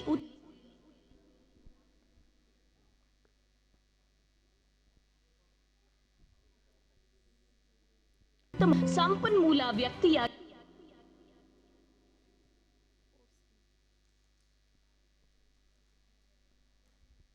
ಡಾಕ್ಟರ್ ಸಿದ್ದಲಿಂಗಯ್ಯ ಶಂಕೀನ್ರವರು ಪಶುಪಾಲನಾ ಮತ್ತು ಪಶು ವೈದ್ಯಕೀಯ ಸೇವಾ ಇಲಾಖೆಯಲ್ಲಿ ಹಿರಿಯ ಪಶು ವೈದ್ಯಾಧಿಕಾರಿಗಳಾಗಿ ಕೊಪ್ಪಳ ಜಿಲ್ಲೆಯಲ್ಲಿ ಸೇವೆ ಸಲ್ಲಿಸುತ್ತಿದ್ದಾರೆ.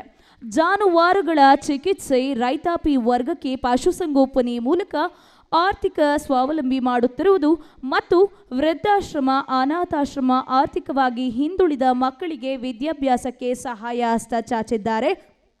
ಸಾಮಾಜಿಕ ಸೇವೆಯಲ್ಲಿ ತೊಡಗಿಸಿಕೊಂಡಿದ್ದಾರೆ. ನಾಗರಿಕ ಸೇವಾ ವ್ಯವಸ್ಥೆಯಲ್ಲಿ ಉತ್ತಮ ಬಾಂಧವ್ಯ, ಭ್ರಷ್ಟಾಚಾರ ರಹಿತ ಸೇವೆ, ಹಲವಾರು ಮಾಸಿಕ ಪತ್ರಿಕೆಗಳ ಮುಖಾಂತರ ಪಶುಸಂಗೋಪನೆ ಬಗ್ಗೆ ರೈತರಿಗೆ ಮಾಹಿತಿ ನೀಡುತ್ತಾ ಸಂಪನ್ಮೂಲ ವ್ಯಕ್ತಿಯಾಗಿ ಸೇವೆ ಸಲ್ಲಿಸುತ್ತಿದ್ದಾರೆ. ಇವರಿಗೆ ಪ್ರೈಡ್ ಆಫ್ ಕರ್ನಾಟಕ ಪ್ರಶಸ್ತಿ ನೀಡಿ ಗೌರವಿಸಲಾಗುತ್ತಿದೆ. ದಯವಿಟ್ಟು ಚಪ್ಪಾಳೆ ಮೂಲಕ ಅವರನ್ನು ಪ್ರೋತ್ಸಾಹ ಕೊಡಿ. ತದನಂತರ ಡಾಕ್ಟರ್ ವಿಕ್ರಮ್ S ಬಿಳಿಗಿರಿ, ವೈದ್ಯಕೀಯ ಸೇವೆ, ದಯವಿಟ್ಟು ವೇದಿಕೆಯ ಮೇಲೆ ಬರಬೇಕು.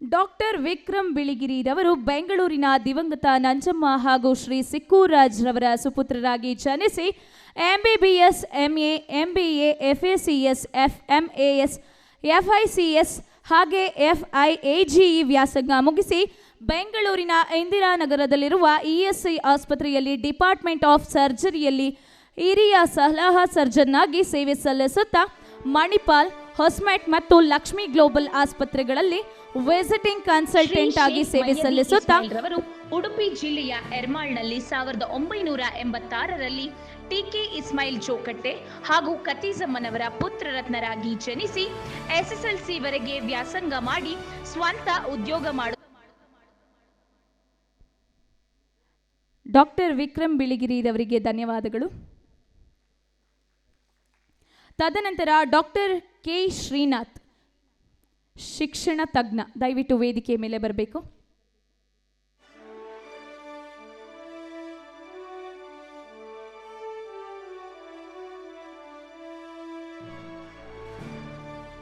ಡಾಕ್ಟರ್ ಕೆ ಶ್ರೀನಾಥ್ ರವರು ಬೆಂಗಳೂರಿನ ಶ್ರೀಮತಿ ಪದ್ಮಾ ಮತ್ತು ಶ್ರೀ ಬಿ ಕೃಷ್ಣಮೂರ್ತಿರವರ ಸುಪುತ್ರರಾಗಿ ಜನಿಸಿ ಕಳೆದ 26 ವರ್ಷಗಳಿಂದ ಶಿಕ್ಷಣ ತಜ್ಞರಾಗಿ ಸೇವಾ ಕ್ಷೇತ್ರವನ್ನು ರಾಜ್ಯ, ದೇಶ, ವಿದೇಶಗಳಿಗೂ ಬೆಳೆಸಿದ ಕೀರ್ತಿ ಡಾಕ್ಟರ್ ಕೆ ಶ್ರೀನಾಥ್ ರವರಿಗೆ ಸಲ್ಲುತ್ತದೆ. ಅಗ್ರಗಾಮಿ ಗ್ರೂಪ್ ಆಫ್ ಎಜುಕೇಷನಲ್ ಇನ್ಸ್ಟಿಟ್ಯೂಟ್ ಬೆಂಗಳೂರಿನ ಫೌಂಡರ್ ಸೆಕ್ರೆಟರಿಯಾಗಿ ನಿರ್ವಹಿಸಿದ ಕಾರ್ಯ ಕನ್ನಡ ಪದಗಳಿಗೆ ನಿಲುಕದು. ಶ್ರೀಯುತರ ಶಿಕ್ಷಣ ಸೇವೆಗಾಗಿ ಪ್ರೈಡ್ ಆಫ್ ಕರ್ನಾಟಕ ಪ್ರಶಸ್ತಿ ನೀಡಿ ಗೌರವಿಸಲಾಗುತ್ತಿದೆ. ಡಾಕ್ಟರ್ ಕೆ ಶ್ರೀನಾಥ್ ರವರಿಗೆ ಧನ್ಯವಾದಗಳನ್ನು ಹೇಳ್ತಾ ಶ್ರೀ ಶೇಖ್ ಮಯ್ಯದಿ ಇಸ್ಮಾಯಿಲ್ ರವರು ದಯವಿಟ್ಟು ವೇದಿಕೆ ಮೇಲೆ ಬರಬೇಕು.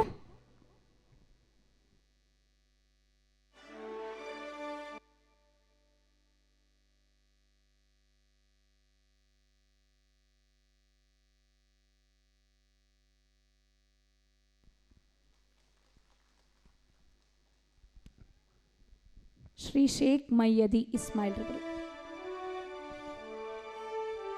ಶ್ರೀ ಶೇಖ್ ಮಯ್ಯದಿ ಇಸ್ಮಾಯಿಲ್ ರವರು ಉಡುಪಿ ಜಿಲ್ಲೆಯ ಎರ್ಮಾಳ್ನಲ್ಲಿ 1986ರಲ್ಲಿ ಟಿಕೆ ಇಸ್ಮಾಯಿಲ್ ಚೋಕಟ್ಟೆ ಹಾಗೂ ಕತೀಜಮ್ಮನವರ ಪುತ್ರರತ್ನರಾಗಿ ಜನಿಸಿ ಎಸ್ಎಸ್ಎಲ್ಸಿ ವರೆಗೆ ವ್ಯಾಸಂಗ ಮಾಡಿ ಸ್ವಂತ ಉದ್ಯೋಗ ಮಾಡುತ್ತಿದ್ದಾರೆ. ಕೊರೋನಾ ಸಂದರ್ಭ ಸೇರಿದಂತೆ ಕಷ್ಟದ ಸಮಯದಲ್ಲಿ ಎಲ್ಲಾ ವರ್ಗದ ಜನರಿಗೆ ತನು ಮನದಿಂದ ಸಹಾಯ ಮಾಡಿರುತ್ತಾರೆ. ಶ್ರೀಯುತರ ಅವಿರತ ಸಮಾಜ ಸೇವೆಗಾಗಿ ಪ್ರೈಡ್ ಆಫ್ ಕರ್ನಾಟಕ ಪ್ರಶಸ್ತಿ ನೀಡಿ ಗೌರವಿಸಲಾಗುತ್ತಿದೆ.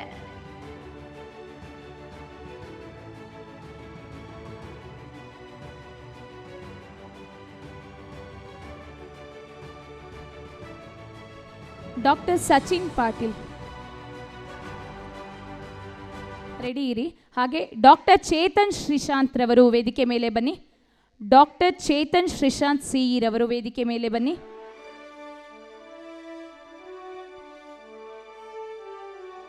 ಡಾಕ್ಟರ್ ಚೇತನ್ ಶ್ರೀಶಾಂತ್ ಸಿಇ ರವರು ಚಿಕ್ಕಮಗಳೂರಿನ ಶ್ರೀಮತಿ ಸುನಂದ ಮತ್ತು ಶ್ರೀ ಈಶ್ವರ್ ರವರ ಸುಪುತ್ರರಾಗಿ ಜನಿಸಿ ಎಂಎಸ್ಸಿ, ಎಂಎಸ್ಡಬ್ಲ್ಯೂ ಸೇರಿದಂತೆ ಹಲವಾರು ಪದವಿ, ಸ್ನಾತಕೋತ್ತರ ಪದವಿ ಪಡೆದು ಎಂಎ ನರ್ಸಿಂಗ್ ಮಾಡಿ ಅಲೈಡ್ ನರ್ಸಿಂಗ್ ಮತ್ತು ಪ್ಯಾರಾಮೆಡಿಕಲ್ ಕಾಲೇಜಿನಲ್ಲಿ ಅತಿಥಿ ಉಪಾಧ್ಯಾಯರಾಗಿ ತಕ್ಷಶೀಲ ಎಜುಕೇಷನ್ ಗ್ರೂಪ್ನ ಪ್ರಿನ್ಸಿಪಾಲರಾಗಿ ಸೇವೆ ಸಲ್ಲಿಸುತ್ತಾ ಹಲವಾರು ಸಮಾಜ ಸೇವೆಯನ್ನು ಮಾಡಿರುತ್ತಾರೆ.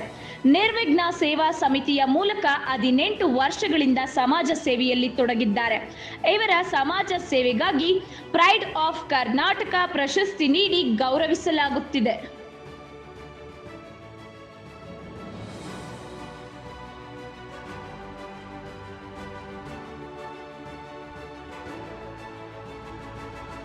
ಡಾಕ್ಟರ್ ಚೇತನ್ ಶ್ರೀಶಾಂತ್ ಸಿಇ ರವರಿಗೆ ಧನ್ಯವಾದಗಳನ್ನು ಹೇಳ್ತಾ ದಯವಿಟ್ಟು ಎಲ್ಲರೂ ಕೂಡ ಹಾಗೆ ಕೊಳ್ತೀರಿ. ಸ್ವಾಮೀಜಿಗಳು ಈಗಷ್ಟೇ ಕೂಡ ಆಗಮಿಸಿದ್ದಾರೆ.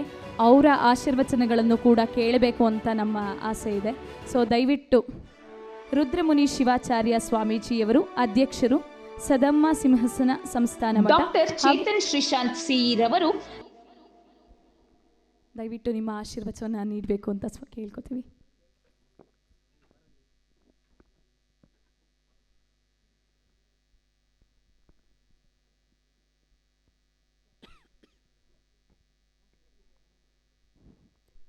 ಭಾ ಎಂಬಲ್ಲಿ ಎನ್ನ ಬವಾರಿ ಇತ್ತು, ಸಾ ಎಂಬಲ್ಲಿ ಸರ್ವಜ್ಞಾನಿಯಾದೆನು, ವಾ ಎಂದು ವಚಿಸುವರೆ ವಸ್ತು ಚೈತನ್ಯನಾತ್ಮಕನಾದೆನು. ಇಂತೆ ಬಸವಾಕ್ಷರತ್ರಯವೆನ್ನ ಸರ್ವಾಂಗದಲ್ಲಿ ತೊಳಗಿ ಬೆಳಗುವ ಕಾರಣ ನಾನು ನೀನು ಬಸವ ಬಸವ ಬಸವ ಎನ್ನುತ್ತಿರುವೆಯ ಗುಹೇಶ್ವರ. ಸ್ವಾನುಭಾವದ ನೆಲೆಯ ನಾನೇನ ಬಲ್ಲೆನೈ, ನೀನೇ ಒಳಪಕ್ಕು ಏನ ನುಡಿಸಿದೊಡನೆ ನಾ ನುಡಿವೆನೈ ಗುರುವೇ ಕೃಪೆಯಾಗು. ಆರಾಧ್ಯ ಗುರುದೇವರನ್ನು ಸ್ಮರಿಸಿಕೊಂಡು ಕರ್ನಾಟಕ ಮೀಡಿಯಾ ಕ್ಲಬ್ ಆಶ್ರಯದಲ್ಲಿ ಹಮ್ಮಿಕೊಂಡಿರುವ ಪ್ರೈಡ್ ಆಫ್ ಕರ್ನಾಟಕ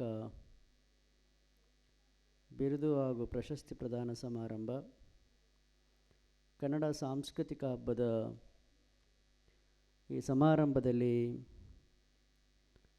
ಕಾರ್ಯಕ್ರಮವನ್ನು ಉದ್ಘಾಟಿಸಿ ಉದ್ಘಾಟನಾ ಪರವಾದಂಥ ನುಡಿಗಳನ್ನಾಡಿರುವ ಚಲನಚಿತ್ರ ನಟರು ಹಾಗೂ ಸಾಮಾಜಿಕ ಹೋರಾಟಗಾರರು, ನಮ್ಮೂರಿನವರೇ ಆದ ಶ್ರೀ ಚೇತನ್ರವರೇ, ಈ ಸಮಾರಂಭದಲ್ಲಿ ಮತ್ತೊಬ್ಬರು ಮಕ್ಕಳ ತಜ್ಞರಾಗಿ ಸೇವೆಯನ್ನು ಸಲ್ಲಿಸ್ತಾ ಇರತಕ್ಕಂಥ ತಾಯಿ ಡಾಕ್ಟರ್ ಪದ್ಮ ಪ್ರಕಾಶ್ ಅವರೇ, ಈ ವೇದಿಕೆಯಲ್ಲಿ ಆಸೀನರಾಗಿರುವ ದಯಾನಂದ್ರವರೇ,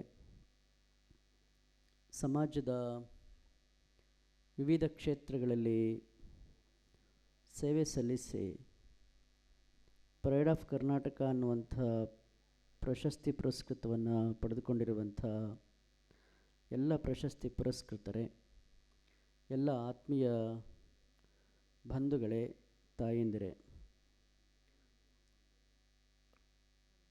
ನೀವೆಲ್ಲರೂ ಒಂದು ವಿಶಿಷ್ಟವಾದಂಥ ವೇದಿಕೆಯಲ್ಲಿ ಆಸೀನರಾಗಿದ್ದೀರಿ.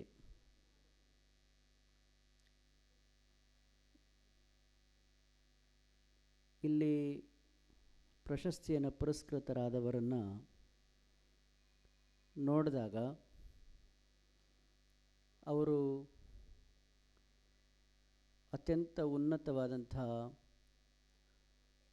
ಕ್ಷೇತ್ರದಲ್ಲಿ ಸಾಧನೆ ಮಾಡಿ ಸೇವೆಯನ್ನು ಸಲ್ಲಿಸಿದ್ದಾರೆ. ಹಲವಾರು ಇಲ್ಲಿ ಪುರಸ್ಕೃತರು ಡಾಕ್ಟ್ರುಗಳಾಗಿ ಡಾಕ್ಟ್ರ್ ಪದವಿಯನ್ನು ಪಡೆದುಕೊಂಡಂಥವ್ರನ್ನೇ ಇಲ್ಲಿ ಹೆಚ್ಚು ಗುರುತಿಸಿದ್ದಾರೆ. ನಾವೆಲ್ಲ ಗಮನಿಸಬೇಕು, ಅವ್ರಿಗೆ ಡಾಕ್ಟ್ರಾಗಿದ್ದಕ್ಕೆ ಇಲ್ಲಿ ಪ್ರೈಡ್ ಆಫ್ ಕರ್ನಾಟಕ ಅನ್ನುವಂಥ ಪ್ರಶಸ್ತಿಯನ್ನು ಕೊಟ್ರ ಅಂತ ಹೇಳಿದ್ರೆ, ನಿಜವಾಗಿಯೂ ಡಾಕ್ಟ್ರಾಗಿದ್ದಕ್ಕೆ ಅವ್ರಿಗೆ ಕೊಟ್ಟಿಲ್ಲ, ಬದಲಾಗಿ ಡಾಕ್ಟ್ರಾಗಿ ಅವರು ಸಮಾಜಮುಖಿಯಾಗಿ ಸೇವೆ ಸಲ್ಲಿಸಿದ್ರು ಅನ್ನುವಂಥ ಕಾರಣಕ್ಕಾಗಿ ಅವರಿಗೆ ಸೇವೆಯ ಪ್ರಶಸ್ತಿ ಲಭ್ಯ ಆಗಿದೆ ಅಂಥೇಳಿ ನಾವೆಲ್ಲ ಭಾವಿಸ್ಬೇಕಾಗಿರುವಂತಹದ್ದು. ಪದವಿಗಿಂತಲೂ ಸೇವೆ ಸಮಾಜದಲ್ಲಿ ಬೇಗ ಗುರುತಿಸ್ಕೊಳ್ಳಿಕ್ಕೆ ಸಾಧ್ಯ ಆಗುತ್ತೆ. ಹಾಗಾಗಿ ಈ ದೇಶದ ಇತಿಹಾಸವನ್ನು ನೋಡಿದಾಗ ಅನೇಕರು ಶ್ರೀಮಂತರು ಈ ದೇಶದಲ್ಲಿದ್ದರು, ಅನೇಕ ರಾಜರು ಈ ದೇಶದಲ್ಲಿದ್ದರು, ಅನೇಕ ಹೋರಾಟಗಾರರು ಈ ದೇಶದಲ್ಲಿದ್ದರು. ಆದರೆ ಇವತ್ತು ಎಲ್ಲರ ಮನೆಗಳಲ್ಲಿ ಮನಸ್ಸಿನಲ್ಲಿ ಉಳಿದಿರತಕ್ಕಂಥ ಬೆರಳಿನಕ್ಕಿಷ್ಟು ಜನ ಈ ನಾಡಿನಲ್ಲಿ ಈ ದೇಶದಲ್ಲಿ ಹೆಸರು ಶಾಶ್ವತವಾಗಿ ಉಳಿದಿದೆ ಅಂತ ಹೇಳಿದರೆ ಅದು ಪದವಿಯ ಮೂಲಕ ಅಲ್ಲ, ಅದು ಶ್ರೀಮಂತಿಕೆಯ ಮೂಲಕವೂ ಅಲ್ಲ, ಅದೆಲ್ಲ ಉಳಿದಿರ್ತಕ್ಕಂಥದ್ದು ಸೇವೆಯ ಮೂಲಕ ಅನ್ನೋದನ್ನು ನಾವೆಲ್ಲರೂ ಗಮನಿಸಬೇಕಾಗಿರುವಂತಹದ್ದು. ಸೇವೆಗೆ ಅಷ್ಟು ದೊಡ್ಡ ಶಕ್ತಿ ಇದೆ.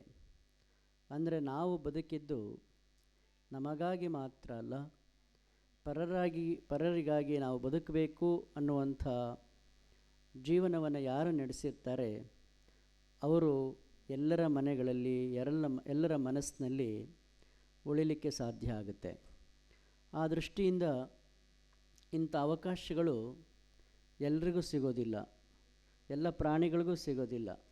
ಇಂಥ ಅವಕಾಶ ಜಗತ್ತಿನಲ್ಲಿ ಕಲ್ಪಿಸಿರೋದು ಯಾರಿಗೆ ಅಂತೇಳಿದ್ರೆ ಮನುಷ್ಯನಿಗೆ ಮಾತ್ರ ಅಂತ ನೀವೆಲ್ಲ ತಿಳ್ಕೊಳ್ಬೇಕಾಗಿರುವಂಥದ್ದು. ಯಾವ ಪ್ರಾಣಿಗಳಿಗೂ ಇಂಥ ಸೇವೆ ಮಾಡ್ತು ಈ ಪ್ರಾಣಿ, ಅದಕ್ಕಾಗಿ ನಾವು ಇದನ್ನು ಭಾಳ ಗೌರವಿಸ್ತೇವೆ ಅನ್ನೋದನ್ನು ಯಾರೂ ನಾವು ನೋಡಿಲ್ಲ. ಆದರೆ ಮನುಷ್ಯನಿಗೆ ತ್ಯಾಗ ಮಾಡಿದ ಕಾರಣಕ್ಕಾಗಿ, 4 ಜನಕ್ಕೆ ಸೇವೆ ಮಾಡಿದ ಕಾರಣಕ್ಕಾಗಿ ಅವರವನ್ನು ಗೌರವಿಸ್ತೇವೆ ಅನ್ನುವಂಥ ಈ ಭಾರತೀಯ ಪರಂಪರೆಯ ಕೃತಜ್ಞತೆಯ ಸಂಸ್ಕಾರ ಇದ್ದರೆ ದೇಶದಲ್ಲಿ ಅದು ಭಾರತದಲ್ಲಿ ಮಾತ್ರ ಅನ್ನೋದನ್ನು ನಾವೆಲ್ಲ ನೆನಪಿಟ್ಕೊಳ್ಬೇಕಾಗಿರುವಂಥದ್ದು. ಭಾರತ ಅಂತ ಹೇಳಿದ್ರೆ ಕೃತಜ್ಞತೆಯ ಸಂಕೇತ. ಎಷ್ಟರ ಮಟ್ಟಿಗೆ ಭಾರತ ಕೃತಜ್ಞತೆಯ ಸಂಕೇತ ಅಂತ ಹೇಳಿದ್ರೆ, ಬೆಳಕನ್ನು ಕೊಟ್ಟಂಥ ಸೂರ್ಯನನ್ನು ಪೂಜಿಸುವಂಥ ಜನ ನಾವು, ಕುಡಿಯುವಂಥ ನೀರಿಗೆ ಪೂಜಿಸುವಂಥ ಒಂದು ಜನ ನಾವು, ಮಣ್ಣಿಗೆ ಪೂಜಿಸುವಂಥ ಜನ ನಾವು, ಮರಗಳಿಗೆ ಪೂಜಿಸುವಂಥ ಜನ ನಾವು, ಪ್ರಾಣಿಗಳಿಂದ ಸಹಾಯ ಪಡೆದಂಥ ಕಾರಣಕ್ಕಾಗಿ ಪ್ರಾಣಿಗಳಿಗೂ ಸಹಿತ ಕೃತಜ್ಞತೆಯಿಂದ ಅರ್ಪಿಸಿದಂಥ ಜಗತ್ತಿನ ಒಂದು ಸಂಸ್ಕೃತಿಯ ದೇಶ ಇದ್ದರೆ ಅದು ಭಾರತ. ಆ ಕಾರಣಕ್ಕಾಗಿ ಭಾರತ ಅತ್ಯಂತ ಶ್ರೇಷ್ಠವಾದ ಸ್ಥಾನದಲ್ಲಿ ನಾವೆಲ್ಲ ಇದ್ದೇವೆ. ಅದರ ಪರಂಪರೆಯ ವಾರಸುದಾರರು ನಾವೆಲ್ಲರೂ ಆಗಿದ್ದೇವೆ ಅನ್ನುವಂಥ ಹೆಮ್ಮೆ ಮತ್ತು ಅಭಿಮಾನ ನಾವು ಯಾವತ್ತೂ ಸಹ ನಿರಂತರವಾಗಿ ನಮ್ಮೊಳಗಡೆ ಉಳಿಸ್ಕೊಳ್ಬೇಕಾಗಿರುವಂಥದ್ದು. ಎಲ್ಲ ದಾರ್ಶನಿಕರು, ಈ ಜಗತ್ತಿನ ಎಲ್ಲ ಮೇಧಾವಿಗಳು ಮನುಷ್ಯನನ್ನು ಅತ್ಯಂತ ಶ್ರೇಷ್ಠ ಅಂತ ಭಾವಿಸಿದರು. ಪ್ರಾಣಿಗಳನ್ನು ಶ್ರೇಷ್ಠ ಅಂತ ಯಾರೂ ಕರೀಲಿಲ್ಲ, ಆದರೆ ಮನುಷ್ಯನನ್ನು ಅತ್ಯಂತ ಶ್ರೇಷ್ಠ ಅಂತ ಭಾವಿಸಿದ್ರು. ಯಾವ ಕಾರಣಕ್ಕಾಗಿ ಮನುಷ್ಯನನ್ನು ಶ್ರೇಷ್ಠ ಅಂತ ಕರೆದ್ರು ಅಂತ ಹೇಳಿದರೆ, ಎಲ್ಲ ಪ್ರಾಣಿಗಳಿಗೂ ಇರುವ ಹಾಗೆ ಮನುಷ್ಯನಿಗೂ ಸಹಿತ ಹಸಿವು ಇದೆ, ನಿದ್ರೆ ಇದೆ, ಭಯ ಇದೆ, ಸಂತಾನೋತ್ಪತ್ತಿ ಇದೆ. ಇದು ಮನುಷ್ಯನಿಗೂ ಇದೆ, ಪ್ರಾಣಿಗಳಿಗೂ ಇದೆ. ಆದರೆ ಪ್ರಾಣಿಗಳಿಗೆ ಇಲ್ಲದೇ ಇರುವಂಥ ಒಂದು ವಿಶಿಷ್ಟವಾಗಿರುವಂಥದ್ದು ಮನುಷ್ಯನಿಗೆ ಇದೆ. ಯಾವುದು ಅಂತ ಹೇಳಿದ್ರೆ ಅದು ಮಾತನಾಡುವಂಥ ಮತ್ತು ಅರಿವನ್ನು ಪಡೆದುಕೊಳ್ಳುವಂಥ ಕಾರಣಕ್ಕಾಗಿ ಮನುಷ್ಯ ಎಲ್ಲ ಪ್ರಾಣಿಗಳಿಗಿಂತಲೂ ಸಹ ಅತ್ಯಂತ ಸರ್ವಶ್ರೇಷ್ಠ ಅಂಥೇಳಿ ಭಾವಿಸ್ಬೇಕಾಗಿರುವಂತಹದ್ದು. ಆದರೆ ಪ್ರಾಣಿಗಳು ಸರ್ವಶ್ರೇಷ್ಠ ಅಲ್ವಾ ಅನ್ನುವಂಥ ಪ್ರಶ್ನೆ ಹಾಕ್ಕೊಂಡಾಗ ಮನುಷ್ಯನಿಗಿಂತಲೂ ಪ್ರಾಣಿ ಅತ್ಯಂತ ಹಲವು ಕಾರಣಕ್ಕಾಗಿ ನಾವು ಮೇಧಾವಿ ಅಂತ ಭಾವಿಸ್ಲಿಕ್ಕೆ ಸಾಧ್ಯ ಇದೆ, ಶ್ರೇಷ್ಠ ಅಂತ ಭಾವಿಸ್ಲಿಕ್ಕೆ ಸಾಧ್ಯ ಇದೆ. ನಿಮಗೆಲ್ಲ ಗೊತ್ತಿರ್ಬೋದು, ಇರುವೆ ಅನ್ನುವಂಥ ಪ್ರಾಣಿ ನಿಮಗೆಲ್ಲ ಗೊತ್ತಿದೆ. ಆ ಇರುವೆ, ನಿಮಗೆಲ್ಲ ಹಲಸಿನ ಮರ ನೋಡಿದ್ದೀರಲ್ವ, ಗೊದ್ದ ಇದೆ. ಹಲಸಿನ ಮರದಲ್ಲಿ ಆ ಗೊದ್ದ ಏನು ಮಾಡುತ್ತೆ, ಯಾವ ಕೊಂಬೆಯಲ್ಲಿ ಯಾವ ರೆಕ್ಕೆಯಲ್ಲಿ ಹಣ್ಣಾಗಿದೆ ಅಂತ ಹೇಳಬೇಕಾದ್ರೆ ಮನುಷ್ಯ ಏನು ಮಾಡ್ತಾನೆ ಅಂತ ಹೇಳಿದ್ರೆ, ಆ ಮರ ಹತ್ತಿ ಆ ಕೊಂಬೆಗೆ ಹೋಗಿ ಹಲಸಿನಣ್ಣು ಬಡಿದು ಇದು ಹಣ್ಣಾಗಿದೆ ಅಂಥೇಳಿ ಗುರುತಿಸ್ತಾನೆ. ಆದರೆ ಪ್ರಾಣಿ ಆ ಮರದ ಬುಡವನ್ನು, ಆ ಕಾಂಡವನ್ನು ಮೂಸಿ ನೋಡಿದರೆ ಸಾಕು, ಆ ಇರುವೆ ಇಂಥ ರೆಕ್ಕೆಯಲ್ಲಿ ಹಣ್ಣಾಗಿದೆ ಅಂಥೇಳಿ ಸೀದಾ ಅಲ್ಲಿಗೆ ಹೋಗಿ ಆ ಹಣ್ಣನ್ನು ಗುರುತಿಸಿ ಆ ಸಿಹಿಯನ್ನು ತಿನ್ನುವಂಥ ಪ್ರಾಣಿ ಜಗತ್ತಿನಲ್ಲಿ ಇದೆ ಅನ್ನೋದನ್ನು ನೋಡಿದಾಗ ಮನುಷ್ಯನಿಗಿಂತ ಪ್ರಾಣಿಗಳು ಎಷ್ಟು ಬುದ್ಧಿವಂತಿಕೆಯಿಂದ ಜೀವನವನ್ನು ನಡೆಸಲಿಕ್ಕೆ ಸಾಧ್ಯ ಇದೆ ಅನ್ನೋದನ್ನು ನಾವು ಗುರುತಿಸ್ಬೋದು. ನಿಮ್ಮ ಅಡುಗೆ ಮನೆಯಲ್ಲೂ ಸಹ ಇರುವೆ ಸಕ್ಕರೆ ಡಬ್ಬ ಹಾಕಿದ್ರೆ ಅದು ಏನೇ ಬರೆದಿದ್ರೂ ಅದು ಸಕ್ಕರೆನ ಹುಡುಕೊಂಡು ಹೋಗೋದನ್ನ ನೀವೆಲ್ಲ ಗಮನಿಸಿದ್ದೀರಿ. ಅಂದರೆ ಮನುಷ್ಯನಿಗಿಂತಲೂ ಪ್ರಾಣಿಗಳು ಬೇರೆ ಬೇರೆ ಕಾರಣಕ್ಕಾಗಿ ವಿಭಿನ್ನ ಅಂತ ಅನ್ನಿಸ್ಕೊಂಡ್ರೂ ಸಹಿತ ಮನುಷ್ಯ ಅತ್ಯಂತ ಸರ್ವಶ್ರೇಷ್ಠ. ಯಾಕೆ ಮನುಷ್ಯನನ್ನು ಸರ್ವಶ್ರೇಷ್ಠ ಅಂತ ಹೇಳ್ತಾರೆ ಅಂತ ಹೇಳಿದ್ರೆ, ಅವನನ್ನು ಜ್ಞಾನವನ್ನಾಗಿ ಪಡೆದುಕೊಳ್ಳುವಂಥ, ಜ್ಞಾನಿಯಾಗುವಂಥ ಒಂದು ಅವಕಾಶ ಮನುಷ್ಯನಿಗೆ ಮಾತ್ರ ಇರ್ತಕ್ಕಂಥದ್ದು. ಅದನ್ನೇ ಅಲ್ಲಮರು ಹೇಳಿದ್ದು, ನಿನ್ನೊಡವೆ ಎಂಬುದು ಜ್ಞಾನರತ್ನ, ಅಂತಪ್ಪ ಜ್ಞಾನರತ್ನವ ಕಡೆಗೊಡದೆ ನೀ ಅಲಂಕರಿಸಿಯಾದೊಡೆ ನಿನಗಿಂತ ಸಿರಿವಂತಿರಲ ಕಾಣ ಗೋಶ್ವರ ಅನ್ನುವಂಥ ಮಾತನ್ನು ಹೇಳ್ತಾರೆ. ಮನುಷ್ಯ ಮಾತ್ರ ಅಂಥ ಜ್ಞಾನವನ್ನು ಪಡ್ಕೊಳ್ಳಿಕ್ಕೆ ಸಾಧ್ಯ. ಜ್ಞಾನ ಅಂದರೆ ಏನು? ಇದೇನು ಬಹಳ ದೊಡ್ಡ ವಿಷಯ ಅಲ್ಲ.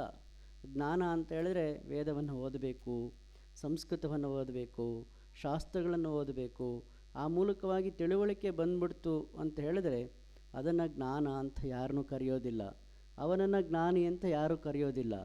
ಜ್ಞಾನ ಅಂತ ಅಂದರೆ ನಿಜವಾದ ಜೀವನದಲ್ಲಿ ಯಾರು ನುಡಿದಂತೆ ನಡೆಯುತ್ತಾರೆ ಅವನೇ ನಿಜವಾದ ಜ್ಞಾನಿ ಅಂಥೇಳಿ ನಾವೆಲ್ಲ ಭಾವಿಸ್ಬೇಕು.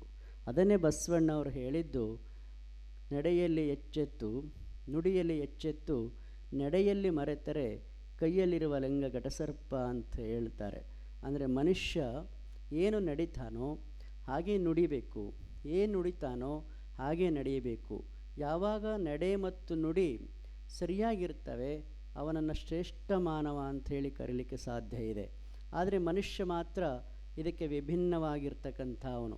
ನಡೆಯೊಂದು ಪರಿ ನುಡಿಯೊಂದು ಪರಿ ಅನ್ನುವ ಹಾಗೆ ಮನುಷ್ಯ ಮನಸ್ಸಿನ ಒಳಗಡೆ ಮನಸ್ಸಿನ ಆಚೆ ಎರಡು ರೀತಿಯ ಇಬ್ಬಂದಿತನದ ಭಾವನೆಗಳನ್ನು ಒಳಗೊಂಡಾಗ ಆ ಮನುಷ್ಯನ ಮನಸ್ಸು ಶುದ್ಧಿ ಆಗಲಿಕ್ಕೆ ಸಾಧ್ಯ ಇಲ್ಲ. ಮನುಷ್ಯನ ಮನಸ್ಸು ಶುದ್ಧಿ ಆಗಬೇಕು ಅಂತ ಹೇಳಿದ್ರೆ ಒಳಗೂ ಮತ್ತು ಹೊರಗೂ ಒಂದೇ ಆಗಿ ನಡೆದಾಗ ಅದು ಮನುಷ್ಯನ ಮನಸ್ಸು ಶುದ್ಧಿ ಆಗುತ್ತೆ. ನಾವೇನು ನಡಿತೇವೆ ಅದು ಸತ್ಯವಾಗಿದ್ದರೆ, ಅದು ಶುದ್ಧವಾಗಿದ್ದರೆ, ಅದು ಪ್ರಾಮಾಣಿಕವಾಗಿದ್ದರೆ ಅವನನ್ನು ಮಾತ್ರ ಜ್ಞಾನಿ ಅಂತ ಕರೀಲಿಕ್ಕೆ ಸಾಧ್ಯ ಇದೆ. ಅವನನ್ನು ಬಿಟ್ಟು ಬೇರೆ ಯಾರನ್ನೂ ಸಹಿತ ಎಷ್ಟೇ ಪಂಡಿತನಾದರೂ ಸಹಿತ ಅವನನ್ನು ಯಾರೂ ಜ್ಞಾನಿ ಅಂತ ಕರೀಲಿಕ್ಕೆ ಸಾಧ್ಯ ಇಲ್ಲ. ಅವನು ಕೇವಲ ತಿಳ್ಕೊಂಡಿರುವಂಥ ಒಬ್ಬ ವ್ಯಕ್ತಿಯಾಗಿ ಮಾತ್ರ ಗುರುತಿಸ್ಕೊಳ್ಳಿಕ್ಕೆ ಸಾಧ್ಯ ಆಗುತ್ತೆ. ಆ ಕಾರಣಕ್ಕಾಗಿ ಇವತ್ತು ಭಾರತಂಥ ದೇಶದಲ್ಲಿ ಜ್ಞಾನಿಗಳ ಸಂಖ್ಯೆ ಕಡಿಮೆಯಾಗಿ ಕೇವಲ ತಿಳುವಳಿಕೆಯಿಂದ ಅನೇಕ ಕಾರಣಗಳಿಂದಾಗಿ ಇವತ್ತು ಗುರುತಿಸ್ಕೊಳ್ಳುವಂಥ ಪ್ರಯತ್ನ. ಬಹಳ ಸಂತೋಷದ ಸಂಗತಿ ಅಂತ ಹೇಳಿದರೆ ಏನು ಸತ್ಯ ಇದೆಯೋ, ಏನು ಹೇಳಬೇಕೋ ಅದನ್ನು ನೇರವಾಗಿ ಹೇಳುವಂಥ, ಸತ್ಯವಾಗಿ ಹೇಳುವಂಥ ಒಬ್ಬ ಮುಖ್ಯ ಅತಿಥಿ ಈ ವೇದಿಕೆಯಲ್ಲಿ ಇದ್ದಾರೆ ಅನ್ನೋದೇ ತುಂಬ ಹೆಮ್ಮೆ ಮತ್ತು ಅಭಿಮಾನದ ಸಂಗತಿ ಅಂತೇಳಿ ನಾನು ಭಾವಿಸಿದ್ದೇನೆ. ಅದು ಚೇತನ್ರವರು ಬಹುಶಃ ಹೇಳಿದಂತೆ ಮತ್ತು ಅವ್ರಿಗನ್ಸಿದ್ದನ್ನು ನೇರವಾಗಿ ಹೇಳುವಂಥ ಒಬ್ಬ ಯುವಕ ಅನ್ನುವಂಥದ್ದನ್ನು ಬಹಳ ಹೆಮ್ಮೆಯಿಂದ ನಾವೆಲ್ಲ ಪ್ರೀತಿಯಿಂದ ಹೇಳ್ಕೊಳ್ಬೇಕಾಗಿರುವಂಥದ್ದು. ಎಷ್ಟೇ ದೊಡ್ಡ ವ್ಯಕ್ತಿ ಆಗಿದ್ದರೂ, ಎಂಥ ದೊಡ್ಡ ಮನುಷ್ಯರಾಗಿದ್ದರೂ ಸಹಿತ ನಾನು ಸಮಾಜಕ್ಕೆ ಏನನ್ನು ಹೇಳಬೇಕು ಅಂತ ಅಂದ್ಕೊಳ್ತೇವೆಯೋ ಅದನ್ನು ನೇರವಾಗಿ ವ್ಯಕ್ತ ಮಾಡುವಂಥದ್ದಿದೆಯಲ್ಲ, ಅದು ಮನುಷ್ಯನ ದೊಡ್ಡ ಗುಣ ಅಂಥೇಳಿ ನಾವೆಲ್ಲ ಭಾವಿಸ್ಬೇಕಾಗಿರುವಂಥದ್ದು. ಅಂತಹ ದೊಡ್ಡ ಗುಣವನ್ನು ನಮ್ಮ ಚೇತನ್ರವರು ಧೈರ್ಯ ಮಾಡಿ ಹೇಳುವಂಥ ಕೆಲಸವನ್ನು ನಿರಂತರವಾಗಿ ಮಾಡಿಕೊಂಡು ಬರ್ತಾ ಇದ್ದಾರೆ.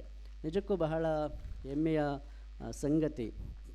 ಬಡವರ ಪರವಾಗಿ, ಸಮಾಜದ ಪರವಾಗಿ, ತುಳಿತಕ್ಕೊಳಗಾದರ ಪರವಾಗಿ ತಾನು ನಿಮ್ಮ ಜೊತೆ ಇರ್ತೇನೆ ಅನ್ನುವಂಥ ಸದ್ಭಾವನೆ ಇದೆಯಲ್ಲ, ಅದು ಎಲ್ರಿಗೂ ಬರಲಿಕ್ಕೆ ಸಾಧ್ಯ ಇಲ್ಲ. ಅದು ಕೆಲವರಿಗೆ ಮಾತ್ರ ಬರಲಿಕ್ಕೆ ಸಾಧ್ಯ ಇದೆ. ಅಂತಹ ಕೆಲವರಲ್ಲಿ ಸಹಿತ ಇವತ್ತು ನಮ್ಮ ಚೇತನ್ರವರು ಒಬ್ಬರಾಗಿದ್ದಾರೆ. ಬಹುಶಃ ಅವರಿಗೆ ನೇರವಾಗಿ ನಾವು ಸಂಪರ್ಕ ಇಲ್ಲದೆ ಹೋದರೂ ಅವ್ರನ್ನ ಟಿ ವಿಯಲ್ಲಿ, ಮೀಡಿಯಾಗಳಲ್ಲಿ ಅನೇಕ ಬಾರಿ ನೋಡಿದ್ದೇವೆ.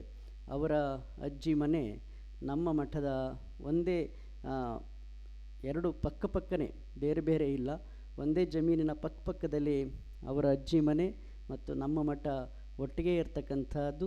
ಆದರೆ ಮೊದಲ ಬಾರಿಗೆ ಅವರು ನಮ್ಮ ಜೊತೆ ಮಾತನಾಡಿದ್ದಾರೆ ಈ ವೇದಿಕೆಯಲ್ಲಿ. ಅದಕ್ಕೆ ಅವಕಾಶ ಕೊಟ್ಟಂಥ ನಮ್ಮ ಪ್ರೈಡ್ ಆಫ್ ಕರ್ನಾಟಕ ಮೀಡಿಯಾದ ನಮ್ಮ ಆತ್ಮೀಯರಿಗೆ ನಾವು ಅಭಿನಂದನೆ ಸಲ್ಲಿಸ್ತೇವೆ. ನಾವೆಲ್ಲ ಮನುಷ್ಯರು, ನಾವೆಲ್ಲ ತಿಳ್ಕೊಳ್ಬೇಕಾದ್ದು ಯಾವತ್ತೂ ಸಮಾಜಮುಖಿಯಾಗಿ ಕೆಲಸ ಮಾಡುವಂಥ ಭಾವನೆಯನ್ನು ಇಟ್ಕೊಳ್ಬೇಕಾಗಿರುವಂಥದ್ದು. ಇವತ್ತು ಸಮಾಜಮುಖಿಯಾಗಿ ಕೆಲಸ ಮಾಡಿದ್ರು ಅನ್ನುವ ಕಾರಣಕ್ಕಾಗಿ ಇಲ್ಲಿ ಅನೇಕ ಪುರಸ್ಕೃತರನ್ನು ಗೌರವಿಸುವಂಥ ಕೆಲಸ ಮಾಡಿದ್ದಾರೆ. ಕೇವಲ ಅವರು ವೈದ್ಯರಾಗಿದ್ದರೆ ಅಥವಾ ಬೇರೆ ಬೇರೆ ಕ್ಷೇತ್ರಗಳಲ್ಲಿ ಕೆಲಸ ಮಾಡಿದರೆ ಅವ್ರನ್ನ ಯಾರೂ ಗುರುತಿಸ್ತಾ ಇರಲಿಲ್ಲ. ಅವ್ರ ಪಾಡ್ಗೆ ಅವರೇನೋ ಮಾಡ್ತಾಯಿದ್ರು. ಅದ್ರ ಜೊತೆಯಲ್ಲಿ ಅವರು ವೈದ್ಯರಾಗಿ ಮತ್ತು ಬೇರೆ ಕ್ಷೇತ್ರಗಳಲ್ಲಿ ಕೆಲಸ ಮಾಡಿದರೂ ಸಹಿತ ಸಮಾಜಮುಖಿಯಾಗಿ ಅನೇಕ ಸಂಘಟನೆಗಳನ್ನು ಮಾಡಿಕೊಂಡು, ಅನೇಕ ಸಂಸ್ಥೆಗಳನ್ನು ಪ್ರಾರಂಭ ಮಾಡಿ, ಅನೇಕ ಮಕ್ಕಳಿಗೆ, ಅನೇಕ ವೃದ್ಧರಿಗೆ, ಹಿರಿಯರಿಗೆ ಸಹಾಯ ಮಾಡುವಂಥ, ಸೇವೆ ಮಾಡುವಂಥ ಅವಕಾಶಗಳನ್ನು ಇಲ್ಲಿ ಅನೇಕರು ಇಲ್ಲಿ ಪುರಸ್ಕೃತರು ಮಾಡಿದ್ದಾರೆ. ಅವರ ಪರಿಚಯ ನಮಗೆ ನೇರವಾಗಿ ಇಲ್ಲದಂಥ ಕಾರಣಕ್ಕಾಗಿ ಅವರ ಬಗ್ಗೆ ನಾವು ಹೆಚ್ಚು ಹೇಳಲಿಕ್ಕೆ ಆಗ್ತಾ ಇಲ್ಲ ಅನ್ನುವಂಥ ಭಾವನೆಗಳನ್ನು ಸಹಿತ ವ್ಯಕ್ತ ಮಾಡೋದ್ರ ಮೂಲಕ ಹೋದ ವರ್ಷವೂ ಸಹಿತ ನಮ್ಮ ಏನಪ್ಪ ಹೆಸರು ರಮೇಶ್ ಅವರು ಇಂಥ ಒಂದು ವೇದಿಕೆಯನ್ನು ನಿರ್ಮಾಣ ಮಾಡಿದ್ದಾರೆ. ಬೆಂಗಳೂರಿನಲ್ಲಿ ಇಂಥ ವೇದಿಕೆಗಳನ್ನು ನಿರ್ಮಾಣ ಮಾಡಿ ಗೌರವಿಸುವಂಥ ಒಂದು ಕೆಲಸ ಪ್ರಾಮಾಣಿಕವಾಗಿ ಮಾಡಿದ್ದಾರೆ ಅಂತ ಹೇಳಿದ್ರೆ ನನಗೆ ಬಹಳ ಹೆಮ್ಮೆ ಅಂತ ಅನ್ನಿಸ್ತಾ ಇದೆ. ಯಾಕೆ ಅಂತ ಹೇಳಿದ್ರೆ ಯಾರ್ಯಾರನ್ನೋ ರಾಜಕಾರಣಿಗಳನ್ನು, ಯಾರ್ಯಾರೋ ಶ್ರೀಮಂತಗಳನ್ನು ಕರೆದು ಗೌರವಿಸೋದು ಬೇರೆ, ಆದರೆ ನಿಜವಾದ ಸೇವೆಯನ್ನು ಮಾಡಿದಂಥವ್ರಿಗೆ ಗುರುತಿಸಿ ಪ್ರೈಡ್ ಆಫ್ ಕರ್ನಾಟಕ ಹೆಸರೇ ತುಂಬ ಚೆನ್ನಾಗಿದೆ. ಅದು ಕರ್ನಾಟಕದ ಹೆಮ್ಮೆ, ಕರ್ನಾಟಕದ ಅಭಿಮಾನ ಅನ್ನುವಂಥ ಅನೇಕ ಹಿರಿಯರನ್ನು ಗುರುತಿಸುವಂಥ ಕೆಲಸ ರಮೇಶ್ ಅವರು ಮಾಡ್ಕೊಂಡು ಬಂದಿದ್ದಾರೆ. ನಿಜಕ್ಕೂ ಅಭಿನಂದನಾರ್ಹರು ಅನ್ನುವಂಥ ಮಾತುಗಳನ್ನು ಅವರಿಗೆ ತಿಳಿಸ್ತಾ, ತಾಯಿ ನಮ್ಮ ಡಾಕ್ಟರ್ ಪದ್ಮಾರವರು ಸಹಿತ ಈ ವೇದಿಕೆಯಲ್ಲಿದ್ದಾರೆ. ಅವರೆಲ್ಲರೂ ಸಹಿತ ಸಮಾಜಮುಖಿಯಾಗಿ ಕೆಲಸವನ್ನು ಮಾಡ್ತಕ್ಕಂಥ ಅವರೆಲ್ಲರ ಒಂದು ಸೇವೆ ಸಮಾಜಕ್ಕೆ ನಿತ್ಯ ಆಗಲಿ ಅಂತ ಹೇಳುವುದರ ಮೂಲಕ ಎಷ್ಟು ವರ್ಷ ಬದುಕ್ತೇವೆ ಅನ್ನೋದು ಮನುಷ್ಯನಿಗೆ ಮುಖ್ಯ ಅಲ್ಲ, ಬದುಕಿದಷ್ಟು ಸಹಿತ ಇನ್ನೊಬ್ಬರಿಗೆ ಬೇಕಾಗಿ ಬದುಕುವಂಥದ್ದನ್ನು ನಾವೆಲ್ಲ ಕಲ್ತ್ಕೊಳ್ಬೇಕಾಗಿರುವಂಥದ್ದು.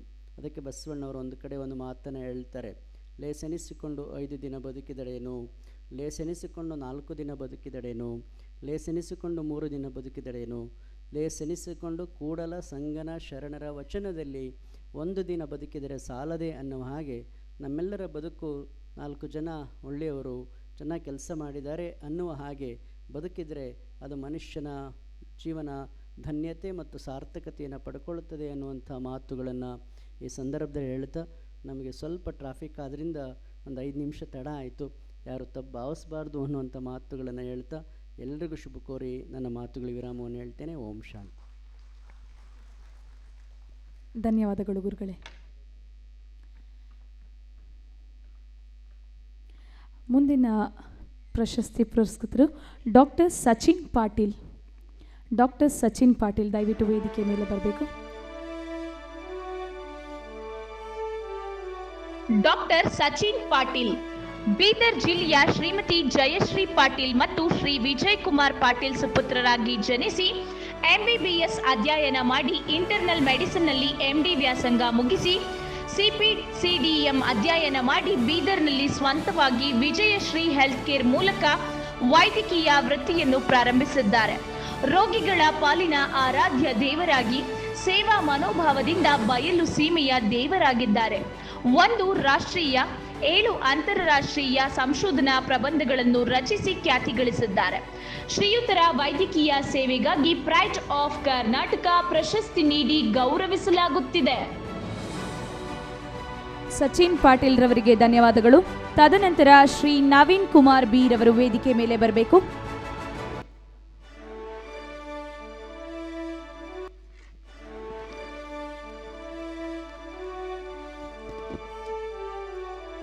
ಶ್ರೀ ನವೀನ್ ಕುಮಾರ್ ಬಿ ರವರು ಬೆಂಗಳೂರಿನಲ್ಲಿ ವೆಂಕಟಲಕ್ಷ್ಮಮ್ಮ ಮತ್ತು ಎಚ್ ಭೈರಪ್ಪರವರ ಸುಪುತ್ರರಾಗಿ ಜನಿಸಿ ಬಿಇ ವ್ಯಾಸಂಗ ಮುಗಿಸಿ ಸಮಾಜ ಸೇವಕರಾಗಿ ಹೋರಾಟಗಾರರಾಗಿ ಬೆಂಗಳೂರಿನ ಮಾಗಡಿ ರಸ್ತೆಯ ಸುತ್ತಮುತ್ತಲೂ ಖ್ಯಾತಿ ಪಡೆದಿರುತ್ತಾರೆ. ಹಲವಾರು ಸಮಾಜ ಸೇವಾ ಸಂಸ್ಥೆಗಳ ಸಹಾಯದೊಂದಿಗೆ ರಕ್ತದಾನ ಶಿಬಿರ, ಆರೋಗ್ಯ ಶಿಬಿರ ಏರ್ಪಡಿಸಿರುತ್ತಾರೆ. ಸ್ಥಳೀಯ ಸಾರ್ವಜನಿಕರಿಗೆ ಸಹಾಯ ಸಹಕಾರ ನೀಡುತ್ತಿದ್ದಾರೆ. ಬಡ ಮಕ್ಕಳ ವಿದ್ಯಾಭ್ಯಾಸಕ್ಕೆ ಸಹಾಯ, ಪುಸ್ತಕಗಳ ವಿತರಣೆ, ಹೀಗೆ ಹಲವಾರು ಸೇವೆಗಳನ್ನು ಮಾಡುತ್ತಾ ಕನ್ನಡ ನಾಡು ನುಡಿ ಹಬ್ಬಗಳಲ್ಲಿ ಸಕ್ರಿಯವಾಗಿ ಭಾಗವಹಿಸಿರುತ್ತಾರೆ. ಇವರ ಕನ್ನಡ ಸೇವೆ ಮತ್ತು ಸಮಾಜ ಸೇವೆಗಾಗಿ ಪ್ರೈಡ್ ಆಫ್ ಕರ್ನಾಟಕ ಪ್ರಶಸ್ತಿ ನೀಡಿ ಗೌರವಿಸಲಾಗುತ್ತಿದೆ. ನವೀನ್ ಕುಮಾರ್ ಅವರಿಗೆ ಧನ್ಯವಾದಗಳು. ನಾಮದೇವ ಲಮಾಣಿ ದಯವಿಟ್ಟು ವೇದಿಕೆ ಮೇಲೆ ಬರಬೇಕು. ತದನಂತರ ಶ್ರೀ ಸುರೇಶ್ ಎಂಕೆ ದಯವಿಟ್ಟು ರೆಡಿ ಇರಿ ವೇದಿಕೆ ಮುಂಭಾಗದಲ್ಲಿ. ನಾಮದೇವ ಲಮಾಣಿ. ಶ್ರೀ ನಾಮದೇವ ಲಮಾಣಿರವರು ಬೆಳಗಾವಿ ಜಿಲ್ಲೆಯ ರಾಮದುರ್ಗ ತಾಲೂಕಿನ ಎಲ್ಟಿ ನಾಗನೂರಿನ ಶ್ರೀಮತಿ ಸೋಮವ್ವ ಹಾಗೂ ಶ್ರೀ ಪಾಂಡಪ್ಪರವರ ಸುಪುತ್ರರಾಗಿ ಜನಿಸಿ ಬಿಎಡ್ ವ್ಯಾಸಂಗ ಮುಗಿಸಿ 2016ರವರೆಗೆ ಪ್ರೌಢಶಾಲೆಯ ಮುಖ್ಯ ಶಿಕ್ಷಕರಾಗಿ ಸೇವೆ ಸಲ್ಲಿಸಿ ನಿವೃತ್ತಿ ಹೊಂದಿರುತ್ತಾರೆ. ಬಡ ಮತ್ತು ಗ್ರಾಮೀಣ ಮಕ್ಕಳ ಶಿಕ್ಷಣಕ್ಕೆ ಸಹಾಯ ಸಹಕಾರ ನೀಡುತ್ತಾ ವೃತ್ತಿ ಬದುಕಿನಲ್ಲಿ ಮಕ್ಕಳ ಮಾನಸಿಕ ಬೌದ್ಧಿಕ ವಿಕಾಸನದೊಂದಿಗೆ ಶಿಕ್ಷಣ ನೀಡಿ ಸಾವಿರಾರು ಮಕ್ಕಳ ಬದುಕಿಗೆ ದಾರಿದೀಪವಾಗಿದ್ದಾರೆ. ಶ್ರೀಯುತರ ಅವಿರತ ಶಿಕ್ಷಣ ಕ್ಷೇತ್ರದ ಸಾಧನೆಗಾಗಿ ಪ್ರೈಡ್ ಆಫ್ ಕರ್ನಾಟಕ ಪ್ರಶಸ್ತಿ ನೀಡಿ ಗೌರವಿಸಲಾಗುತ್ತಿದೆ.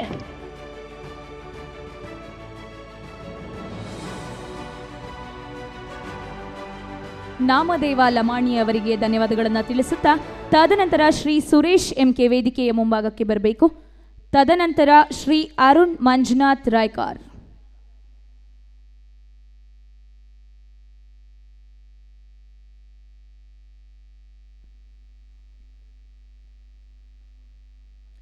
ಸುರೇಶ್ ಎಂಕೆ ರವರು.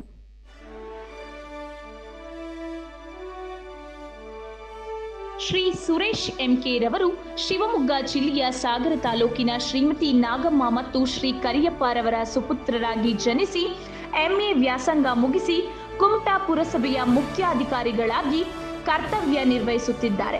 ಘನತ್ಯಾಜ್ಯ ನಿರ್ವಹಣೆಯಲ್ಲಿ ರಾಷ್ಟ್ರೀಯ ಪ್ರಶಸ್ತಿ ಪಡೆದು ಆಡಳಿತದಲ್ಲಿ ಪ್ರಾಮಾಣಿಕತೆ, ಕರ್ತವ್ಯ ನಿರ್ವಹಣೆ, ಸರ್ಕಾರಿ ಸೇವೆಗಳನ್ನು ಜನಸಾಮಾನ್ಯರಿಗೆ ತಲುಪಿಸುತ್ತಿರುವುದು, ರೈತರಿಗೆ ಅನುಕೂಲವಾಗಲೆಂದೇ ಸ್ವಂತ ಖರ್ಚಿನಲ್ಲಿ 12 ಅಡಿ ಕಚ್ಚಾ ರಸ್ತೆ ನಿರ್ಮಾಣ, ಸರ್ಕಾರಿ ಸೇವೆಯೊಂದಿಗೆ ಸಮಾಜ ಸೇವೆ ಮಾಡುತ್ತಾ ಮಾನವೀಯ ಹೃದಯವನ್ನು ಮೆರೆದಿದ್ದಾರೆ. ಶ್ರೀಯುತರ ಜನಸ್ನೇಹಿ ಆಡಳಿತಕ್ಕಾಗಿ ಪ್ರೈಡ್ ಆಫ್ ಕರ್ನಾಟಕ ಪ್ರಶಸ್ತಿ ನೀಡಿ ಗೌರವಿಸಲಾಗುತ್ತಿದೆ. ಸುರೇಶ್ ರವರಿಗೆ ಧನ್ಯವಾದಗಳು. ಶ್ರೀ ಅರುಣ್ ಮಂಜುನಾಥ್ ರಾಯ್ಕರ್ ಅವರು ದಯವಿಟ್ಟು ವೇದಿಕೆ ಮೇಲೆ ಬರಬೇಕು. ತದನಂತರ ಶ್ರೀಮತಿ ಎಲಿಜಬೆತ್ ಜೋಸೆಫ್ ದಯವಿಟ್ಟು ವೇದಿಕೆ ಮುಂಭಾಗದಲ್ಲಿ ಆಸೀನರಾಗಿ.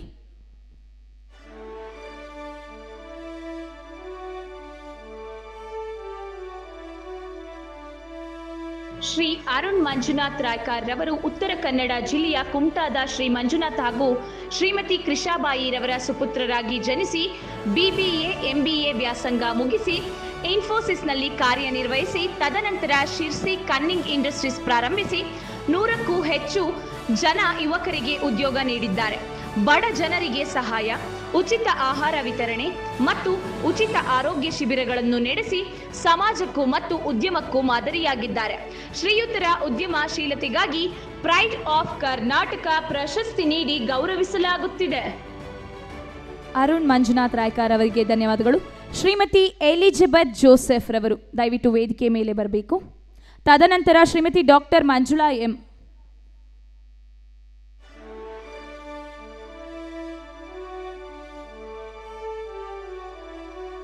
ಶ್ರೀಮತಿ ಎಲಿಜಬೆತ್ ಜೋಸೆಫ್ ಬೆಂಗಳೂರಿನ ಪಿ ಮೋನಿಕ್ ಮತ್ತು ಆರ್ ಜೋಸೆಫ್ ರವರ ಸುಪುತ್ರಿಯಾಗಿ ಜನಿಸಿ ಸೈಕಾಲಜಿಯಲ್ಲಿ MA, ತತ್ವಶಾಸ್ತ್ರದಲ್ಲಿ MA MEd PhD ಮುಗಿಸಿ SSV ಇಂಟರ್ನ್ಯಾಷನಲ್ ಸ್ಕೂಲ್ನಲ್ಲಿ ಪ್ರಿನ್ಸಿಪಲ್ ಆಗಿ ಕಾರ್ಯನಿರ್ವಹಿಸುತ್ತಿದ್ದಾರೆ.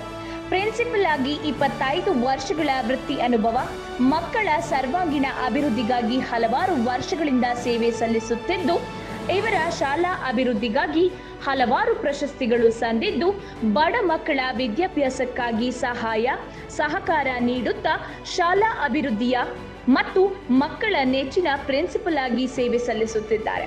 ಇವರ ಶ್ರೀಮತಿ ಎಲಿಜಬೆತ್ ಜೋಸೆಫ್ ರವರಿಗೆ ಧನ್ಯವಾದಗಳು. ತದನಂತರ ಶ್ರೀಮತಿ ಕಲ್ಪನಾ ಶ್ರೀರಾಮ ಮಾನಕಾರಿರವರು ದಯವಿಟ್ಟು ವೇದಿಕೆ ಮೇಲೆ ಆಸೀನರಾಗಬೇಕು.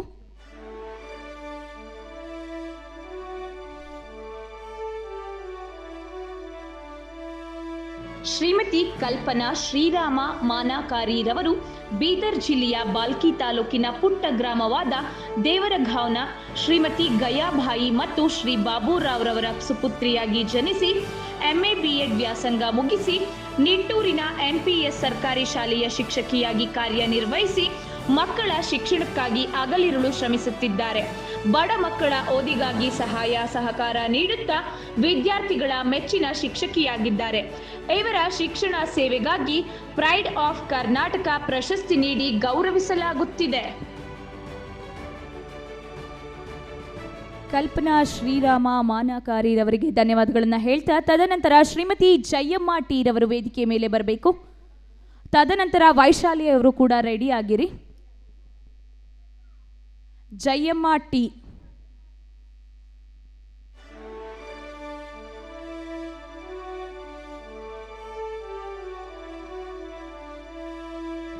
ಶ್ರೀಮತಿ ಜಯಮ್ಮ ಟಿ ರವರು ತುಮಕೂರು ಜಿಲ್ಲೆಯ ಶಿರಾ ತಾಲೂಕಿನ ಕರೆತಿಮ್ಮನಹಳ್ಳಿ ಗ್ರಾಮದ ಶ್ರೀಮತಿ ಕರಿಯಮ್ಮ ಮತ್ತು ತಿಪ್ಪೇರಂಗಪ್ಪರವರ ಸುಪುತ್ರಿಯಾಗಿ ಜನಿಸಿ MA ಮತ್ತು ಡಿಪ್ಲೊಮೊ ನರ್ಸಿಂಗ್ ಅಧ್ಯಯನ ಮಾಡಿ ದಾಬಸ್ಪೇಟೆಯ ಸರ್ಕಾರಿ ಆಸ್ಪತ್ರೆಯಲ್ಲಿ ನರ್ಸ್ ಆಗಿ ಸೇವೆ ಸಲ್ಲಿಸುತ್ತಾ ದೂರಜಿಗಿತ ಮತ್ತು ಓಟದ ಸ್ಪರ್ಧೆಯಲ್ಲಿ ಕರ್ನಾಟಕ ಮಾಸ್ಟರ್ ಅಥ್ಲೆಟಿಕ್ ಚಾಂಪಿಯನ್ ಆಗಿದ್ದಾರೆ. ಆರೋಗ್ಯ ತಪಾಸಣೆ, ವೈದ್ಯಕೀಯ ಸೇವೆ, ಅತ್ಯುತ್ತಮ ಆಟಗಾರ್ತಿ, ರೋಗಿಗಳ ಪಾಲಿನ ದೈವ ನಿರ್ಣಯದ ದಾದಿಯಾಗಿ ಸೇವೆ ಸಲ್ಲಿಸುತ್ತಿರುವುದಕ್ಕಾಗಿ ಪ್ರೈಡ್ ಆಫ್ ಕರ್ನಾಟಕ ಪ್ರಶಸ್ತಿ ನೀಡಿ ಗೌರವಿಸಲಾಗುತ್ತಿದೆ. ಶ್ರೀಮತಿ ಜಯಮ್ಮ ಟಿ ರವರಿಗೆ ಧನ್ಯವಾದಗಳನ್ನು ತಿಳಿಸುತ್ತಾ ಶ್ರೀಮತಿ ವೈಶಾಲಿ ಚಂದ್ರಪ್ರಭು ರವರು ವೇದಿಕೆ ಮೇಲೆ ಬರಬೇಕು. ತದನಂತರ ಸಾಕಮ್ಮ ಅವರು ರೆಡಿಯಾಗಿರಿ.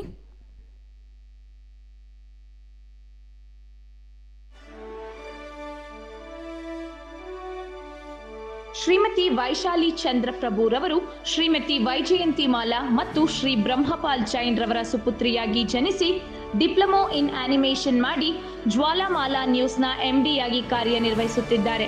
ಜಿನದರ್ಶನ ಧಾರಾವಾಹಿಯ ಡೈರೆಕ್ಟರ್ ಆಗಿ ಹಲವಾರು ಮಾಧ್ಯಮ ಚಟುವಟಿಕೆಗಳಲ್ಲಿ ಭಾಗವಹಿಸುವ ಇವರ ಕ್ರಿಯಾತ್ಮಕ ಚಟುವಟಿಕೆಗಳಿಗೆ ಇವರ ಪತಿಯಾದ ಬಿ ಚಂದ್ರಪ್ರಭುರವರು ಸಂಪೂರ್ಣ ಸಹಕಾರ ನೀಡುತ್ತಿದ್ದಾರೆ. ಇವರ ಮಾಧ್ಯಮ ಸೇವೆಗಾಗಿ ಪ್ರೈಡ್ ಆಫ್ ಕರ್ನಾಟಕ ಪ್ರಶಸ್ತಿ ನೀಡಿ ಗೌರವಿಸಲಾಗುತ್ತಿದೆ. ಶ್ರೀಮತಿ ವೈಶಾಲಿ ಚಂದ್ರಪ್ರಭುರವರಿಗೆ ಧನ್ಯವಾದಗಳನ್ನು ತಿಳಿಸುತ್ತಾ ಶ್ರೀಮತಿ ಸಾಕಮ್ಮ ಅವರು ವೇದಿಕೆ ಮೇಲೆ ಆಸೀನರಾಗಬೇಕು. ತದನಂತರ ಶ್ರೀ ಹೇಮಂತ್ ಪಾಟೀಲ್ ರವರು ವೇದಿಕೆ ಮುಂಭಾಗಕ್ಕೆ ಬಂದು ರೆಡಿಯಾಗಿರಿ.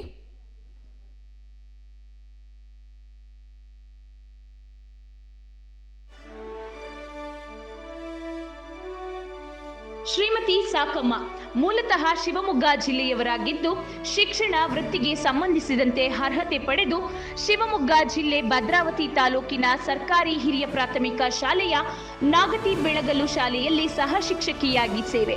ಸದ್ಯ ಬೆಂಗಳೂರಿನ ದಕ್ಷಿಣ ವಲಯದ ಬೇಗೂರಿನಲ್ಲಿರುವ ಸರ್ಕಾರಿ ಮಾದರಿ ಹಿರಿಯ ಪ್ರಾಥಮಿಕ ಶಾಲೆಯ ಸಹ ಶಿಕ್ಷಕಿಯಾಗಿ ಸೇವೆ ಸಲ್ಲಿಸುತ್ತಿದ್ದು 32 ವರ್ಷಗಳ ಸುದೀರ್ಘ ಸೇವಾ ಅವಧಿಯಲ್ಲಿ ಹಲವಾರು ಸಾಧನೆಗಳನ್ನು ಮಾಡಿರುತ್ತಾರೆ.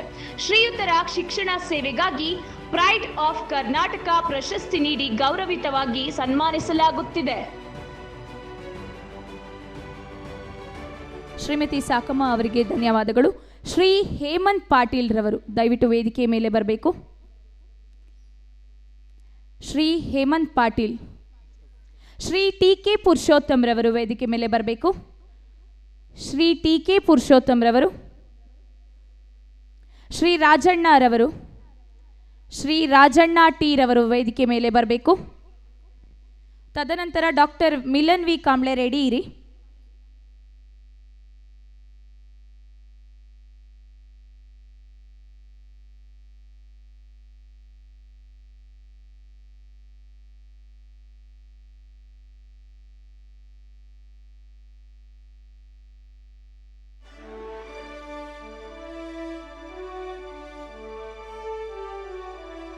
ಶ್ರೀ ರಾಜಣ್ಣ ಟಿ ರವರು ಕನ್ನಡ ಮಾಧ್ಯಮದ ಮೂಲಕ ಆರ್ಥಿಕವಾಗಿ ಅತ್ಯಂತ ಹಿಂದುಳಿದ ಹಾಗೂ ಕೊಳಗೇರಿ ಪ್ರದೇಶದ ವಿದ್ಯಾರ್ಥಿಗಳಿಗೆ ಗುಣಮಟ್ಟದ ಶಿಕ್ಷಣ ಸಿಗಬೇಕೆಂಬ ಉದಾತ್ತ ಧ್ಯೇಯದೊಂದಿಗೆ 1986ರಲ್ಲಿ ತುಮಕೂರಿನ ಅಮೃತಶ್ರೀ ಹಿರಿಯ ಪ್ರಾಥಮಿಕ ಶಾಲೆ ಪ್ರಾರಂಭಿಸಿ ಸಾವಿರಾರು ಮಕ್ಕಳ ಶಿಕ್ಷಣದ ಕನಸು ನನಸು ಮಾಡಿದ್ದಾರೆ. ಇಂತಹ ಶಿಕ್ಷಣ ಪ್ರೇಮಿಗಾಗಿ ಪ್ರೈಡ್ ಆಫ್ ಕರ್ನಾಟಕ ಪ್ರಶಸ್ತಿ ನೀಡಿ ಗೌರವಿತವಾಗಿ ಸನ್ಮಾನಿಸಲಾಗುತ್ತಿದೆ. ರಾಜಣ್ಣ ಟಿ ರವರಿಗೆ ಧನ್ಯವಾದಗಳನ್ನು ತಿಳಿಸುತ್ತಾ ಡಾಕ್ಟರ್ ಮಿಲನ್ ವಿ ಕಾಂಬ್ಳೆ ರವರು ವೇದಿಕೆ ಮೇಲೆ ಬರಬೇಕು. ತದನಂತರ ತುಳಸಿ ರಾಮುರವರು ದಯವಿಟ್ಟು ವೇದಿಕೆ ಮುಂಭಾಗದಲ್ಲಿ ಆಸೀನರಾಗಿರಿ.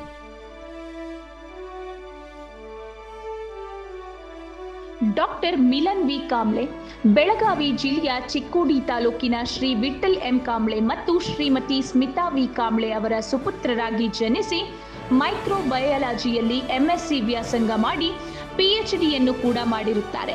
ಚಿಕ್ಕೋಡಿಯಲ್ಲಿ ಸಾರ್ವಜನಿಕ ಆಸ್ಪತ್ರೆಯಲ್ಲಿ ಸೂಕ್ಷ್ಮಜೀವಿ ಶಾಸ್ತ್ರಜ್ಞರಾಗಿ ಕಾರ್ಯನಿರ್ವಹಿಸುತ್ತಿದ್ದು ಆರೋಗ್ಯ ವಿಷಯದಲ್ಲಿ ಸಾರ್ವಜನಿಕರಿಗೆ ಸಹಾಯ ಸಹಕಾರ, ಯುವ ಜನತೆಗೆ ಜಿಮ್ ತರಬೇತಿ, ಶಿಕ್ಷಣ, ಸಾಮಾಜಿಕ ಚಟುವಟಿಕೆಗಳನ್ನು ಸೇವಾ ಕಾರ್ಯವನ್ನು ವಿಸ್ತರಿಸಿರುತ್ತಾರೆ.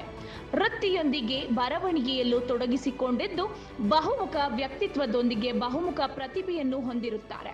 ಶ್ರೀಯುತರ ಸಾಮಾಜಿಕ ಜವಾಬ್ದಾರಿ. ಮಿಲನ್ ವಿ ಕಾಂಬ್ಳೆರವರಿಗೆ ಧನ್ಯವಾದಗಳು. ತದನಂತರ ಶ್ರೀ ತುಳಸಿ ರಾಮು ಕೆ ರವರು. ರಾಜು ಎಂಎಸ್ ರೆಡಿ ಇರಿ.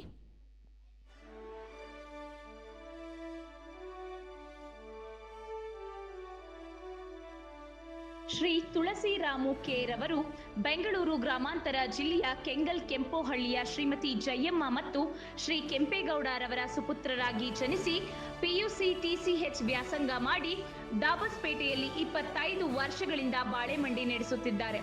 ನೆಲಮಂಗಲ ತಾಲೂಕಿನ ಸೋಂಪುರ ಹೋಬಳಿಯಲ್ಲಿ ತುಳಸಿರಾಮುರವರ ಬಾಳೆಮಂಡಿ ಪ್ರಖ್ಯಾತಿ ಗಳಿಸಿದೆ.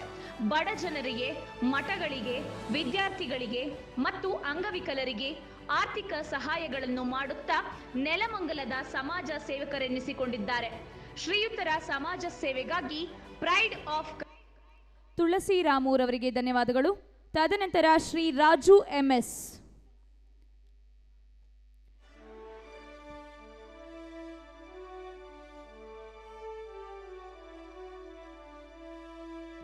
ಶ್ರೀ ರಾಜು MS ರವರು ಮಂಡ್ಯ ಜಿಲ್ಲೆಯ ಮಾರಗೌಡನಹಳ್ಳಿಯಲ್ಲಿ 1975ರಲ್ಲಿ ಜನಿಸಿ MSCಯ ತೋಟಗಾರಿಕೆ ವಿಷಯದಲ್ಲಿ ಉನ್ನತ ವ್ಯಾಸಂಗ ಮುಗಿಸಿದರು.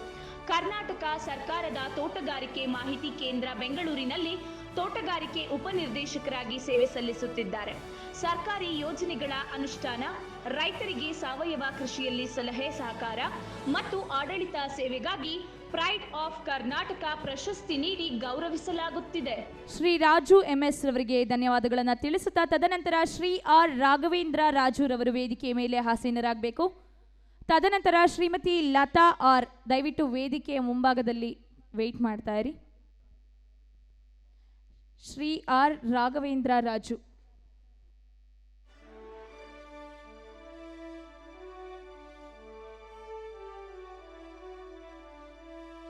ಶ್ರೀ R ರಾಘವೇಂದ್ರ ರಾಜು ರವರು ಬೆಂಗಳೂರಿನ ಲೇಟ್ ರಾಮರಾಜು ರವರ ಸುಪುತ್ರರಾಗಿ ಜನಿಸಿ BCom ಪದವಿ ವ್ಯಾಸಂಗ ಮುಗಿಸಿ ಹಲವಾರು ಕಂಪನಿಗಳಲ್ಲಿ ಕಾರ್ಯನಿರ್ವಹಿಸಿ ಮತ್ತು ಮಾಧ್ಯಮದ ವರದಿಗಾರ ಮತ್ತು ಇನ್ನಿತರ ಹುದ್ದೆಗಳಲ್ಲಿ ಪ್ರಾಮಾಣಿಕವಾಗಿ ಕಾರ್ಯನಿರ್ವಹಿಸಿದ್ದಾರೆ.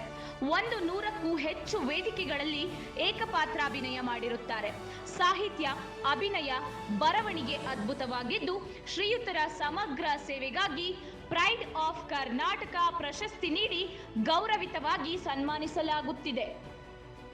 R ರಾಘವೇಂದ್ರ ರಾಜು ರವರಿಗೆ ಧನ್ಯವಾದಗಳನ್ನು ತಿಳಿಸುತ್ತಾ ಶ್ರೀಮತಿ ಲತಾ R, ದಯವಿಟ್ಟು ವೇದಿಕೆ ಮೇಲೆ ಬರಬೇಕು.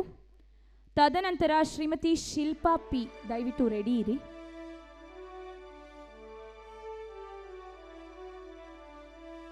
ಶ್ರೀಮತಿ ಲತಾ R ಚಾಮರಾಜನಗರದ ಕೊಳ್ಳೇಗಾಲ ತಾಲೂಕಿನ ಹಳೆ ಹಂಪಾಪುರ ಗ್ರಾಮದ ಶ್ರೀ ರಾಜಾ ಶೆಟ್ಟಿ ಮತ್ತು ಶ್ರೀಮತಿ ಭಾಗ್ಯ C ರವರ ಪುತ್ರಿಯಾಗಿ ಜನಿಸಿ ಸಮಾಜಶಾಸ್ತ್ರದಲ್ಲಿ MA ವ್ಯಾಸಂಗ ಮುಗಿಸಿ ಕೊಡಗು ಜಿಲ್ಲೆಯ ಪೊನ್ನಂಪೇಟೆ ತಾಲೂಕಿನ ಹರಿಶ್ಚಂದ್ರಪುರ ಅಂಗನವಾಡಿ ಟೀಚರ್ ಆಗಿ ಮಕ್ಕಳ ಶಿಕ್ಷಣ, ಆರೋಗ್ಯದ ಅಭಿವೃದ್ಧಿಗಾಗಿ ಸದಾ ಕ್ರಿಯಾಶೀಲರಾಗಿದ್ದು ಸರ್ಕಾರದ ಯೋಜನೆಗಳನ್ನು ಸಾರ್ವಜನಿಕರಿಗೂ ಮತ್ತು ಮಕ್ಕಳಿಗೂ ತಲುಪಿಸುವಲ್ಲಿ ಪ್ರಾಮಾಣಿಕ ಪ್ರಯತ್ನ ಮಾಡಿರುತ್ತಾರೆ. ಮಕ್ಕಳ ಅಭಿವೃದ್ಧಿಗಾಗಿ ಕ್ರಿಯಾತ್ಮಕ ಚಟುವಟಿಕೆಗಳನ್ನು ಹಮ್ಮಿಕೊಳ್ಳುತ್ತಾ ಮಕ್ಕಳ ಬೌದ್ಧಿಕ ಮತ್ತು ಮಾನಸಿಕ ಬಲವರ್ಧನೆಗೆ ಪ್ರಯತ್ನಿಸುತ್ತಿದ್ದಾರೆ. ಶ್ರೀಯುತರ ಶ್ರೀಮತಿ ಲತಾ R ರವರಿಗೆ ಧನ್ಯವಾದಗಳನ್ನು ತಿಳಿಸುತ್ತಾ ಶ್ರೀಮತಿ ಶಿಲ್ಪಾ P ರವರು ದಯವಿಟ್ಟು ವೇದಿಕೆ ಮೇಲೆ ಬರಬೇಕು. ಶ್ರೀಮತಿ ಶಿಲ್ಪಾ P. ತದನಂತರ ಶ್ರೀಮತಿ MC ಚಿನ್ನಮ್ಮ ರವರು ಕೂಡ ವೇದಿಕೆ ಮೇಲೆ ಬರಬೇಕು. MC ಚಿನ್ನಮ್ಮ ರವರು ವೇದಿಕೆ ಮೇಲೆ ಬರಬೇಕು.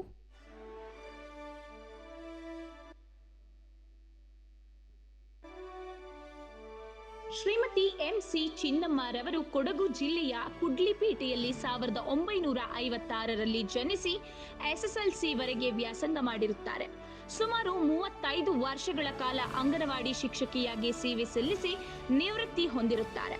ಸಾಮಾಜಿಕ ಕಳಕಳಿಯಿಂದ ಅಂಗನವಾಡಿಯ ಸುಧಾರಣೆ, ದಾನ ಧರ್ಮಗಳಿಂದ ಜನಮಾನಸದಲ್ಲಿ ದೇವರಾಗಿದ್ದಾರೆ. ಶ್ರೀಯುತರ ಸಾಮಾಜಿಕ ಜವಾಬ್ದಾರಿ ಮತ್ತು ಸೇವಾ ಮನೋಭಾವಕ್ಕಾಗಿ ಶ್ರೀಯುತರಿಗೆ ಪ್ರೈಡ್ ಆಫ್ ಕರ್ನಾಟಕ ಪ್ರಶಸ್ತಿ ನೀಡಿ ಗೌರವಿಸಲಾಗುತ್ತಿದೆ.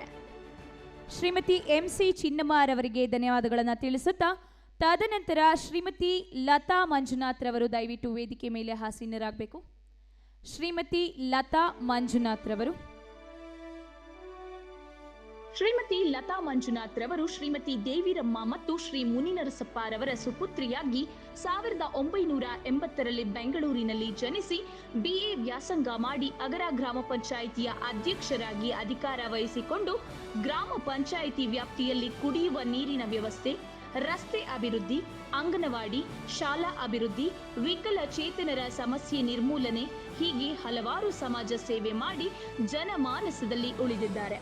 ಅಲ್ಲದೆ ಸದ್ಯ ಬೆಂಗಳೂರು ದಕ್ಷಿಣ ತಾಲೂಕು ಯೋಜನಾ ಹಾಗೂ ಅಭಿವೃದ್ಧಿ ಮಂಡಳಿಯ ಉಪಾಧ್ಯಕ್ಷೆಯಾಗಿ ಆಯ್ಕೆಯಾಗಿ ತಮ್ಮ ಸೇವೆಯನ್ನು ಮುಂದುವರಿಸುತ್ತಿರುವ ಶ್ರೀಯುತರಿಗೆ ಪ್ರೈಡ್ ಆಫ್ ಕರ್ನಾಟಕ ಪ್ರಶಸ್ತಿ ನೀಡಿ ಗೌರವಿಸಲಾಗುತ್ತಿದೆ. ಶ್ರೀಮತಿ ಲತಾ ಮಂಜುನಾಥ್ ರವರಿಗೆ ಧನ್ಯವಾದಗಳನ್ನು ತಿಳಿಸುತ್ತಾ ಶ್ರೀ ಜಯಸಿಂಹ ಜೋಶಿ ರವರು ವೇದಿಕೆ ಮೇಲೆ ಬರಬೇಕು. ಶ್ರೀ ಜಯಸಿಂಹ ಜೋಶಿ ರವರು.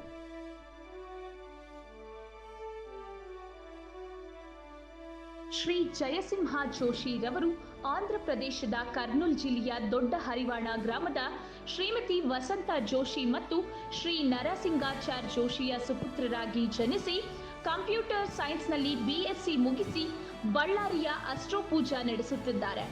ಬೆಂಕಿ ಕಡ್ಡಿಯ ಕಲೆ ಮತ್ತು ಮೂನ್ ಫೋಟೋಗ್ರಫಿ ವಿಶೇಷ ಗುರುತುಗಳೊಂದಿಗೆ ಪ್ರಸಿದ್ಧಿಯಾಗಿದ್ದು 100ಕ್ಕೂ ಹೆಚ್ಚು ವಿವಿಧ ತಳಿಯ ಪಕ್ಷಿಗಳನ್ನು ಗುರುತಿಸುವಿಕೆ ಮತ್ತು ಛಾಯಾಗ್ರಹಣ, 300ಕ್ಕೂ ಅಧಿಕ ಸೂಕ್ಷ್ಮ ಮತ್ತು ಸೃಜನಾತ್ಮಕ ಕಲಾಕೃತಿಗಳ ರಚನೆ, ರಾಜ್ಯದ ಅತ್ಯುತ್ತಮ ಛಾಯಾಗ್ರಾಹಕರಲ್ಲಿ ಒಬ್ಬರಾದ ಜಯಸಿಂಹ ಜೋಶಿರವರಿಗೆ ಧನ್ಯವಾದಗಳು. ತದನಂತರ ಶ್ರೀ ಮುರಳೀಧರ ಕರಲಗೀಕರ್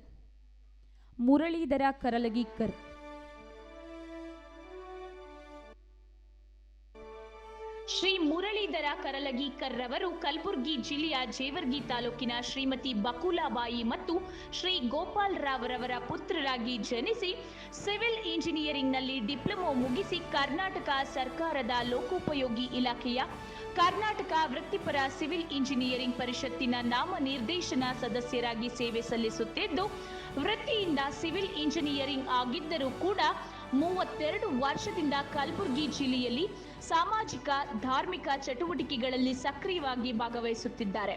ಕೊರೋನಾದಂತಹ ಸಂದರ್ಭಗಳಲ್ಲಿ ರೈತರಿಗೆ, ಕೂಲಿ ಕಾರ್ಮಿಕರಿಗೆ ಹಣ್ಣು ತರಕಾರಿಗಳ ವಿತರಣೆ, ಕಲಬುರಗಿಯ ಸಮಾಜ ಸೇವೆಯ ಅಗ್ರ ಪಂಕ್ತಿಯ ಮುರಳೀಧರ ಅವರಿಗೆ ಪ್ರೈಡ್ ಆಫ್ ಕರ್ನಾಟಕ ಪ್ರಶಸ್ತಿ ನೀಡಿ ಗೌರವಿಸಲಾಗುತ್ತಿದೆ. ಶ್ರೀ ಮುರಳೀಧರ ಕರಲಗೀಕರ್ ಅವರಿಗೆ ಧನ್ಯವಾದಗಳನ್ನು ಹೇಳ್ತಾ, ತದನಂತರ ಡಾಕ್ಟರ್ ಸುರೇಶ್ ಎಂ ಕಾಗಲ್ಕರ್ ರವರು, ಶ್ರೀ ರಮೇಶ್ ಎಸ್ ರವರು ವೇದಿಕೆಯ ಮೇಲೆ ಬರಬೇಕು. ಶ್ರೀ ರಮೇಶ್ ಎಸ್, ಮಾಧ್ಯಮ ಕ್ಷೇತ್ರ.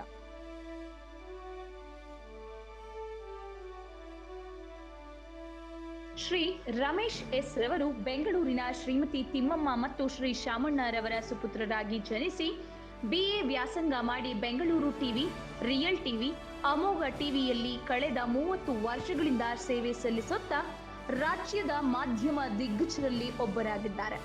ಸತ್ಯ ಮತ್ತು ವಸ್ತುನಿಷ್ಠ ಮಾಧ್ಯಮಕ್ಕೆ ಬೆಂಗಳೂರಿನ ರಮೇಶ್ ಕಳಶವಾಗಿದ್ದು, ಅಮೋಘ ರಮೇಶ್ ಅವರ ಮಾಧ್ಯಮ ಸೇವೆಗಾಗಿ ಪ್ರೈಡ್ ಆಫ್ ಕರ್ನಾಟಕ ಪ್ರಶಸ್ತಿ ನೀಡಿ ಗೌರವಿಸಲಾಗುತ್ತಿದೆ. ಶ್ರೀ ರಮೇಶ್ ಎಸ್ ರವರಿಗೆ ಧನ್ಯವಾದಗಳು. ಡಾಕ್ಟರ್ ಹರೀಶ್ ಎಸ್, ಸಮಾಜ ಸೇವಕರು, ದಯವಿಟ್ಟು ವೇದಿಕೆ ಮೇಲೆ ಹಾಸೀನರಾಗಬೇಕು. Doctor Harish S.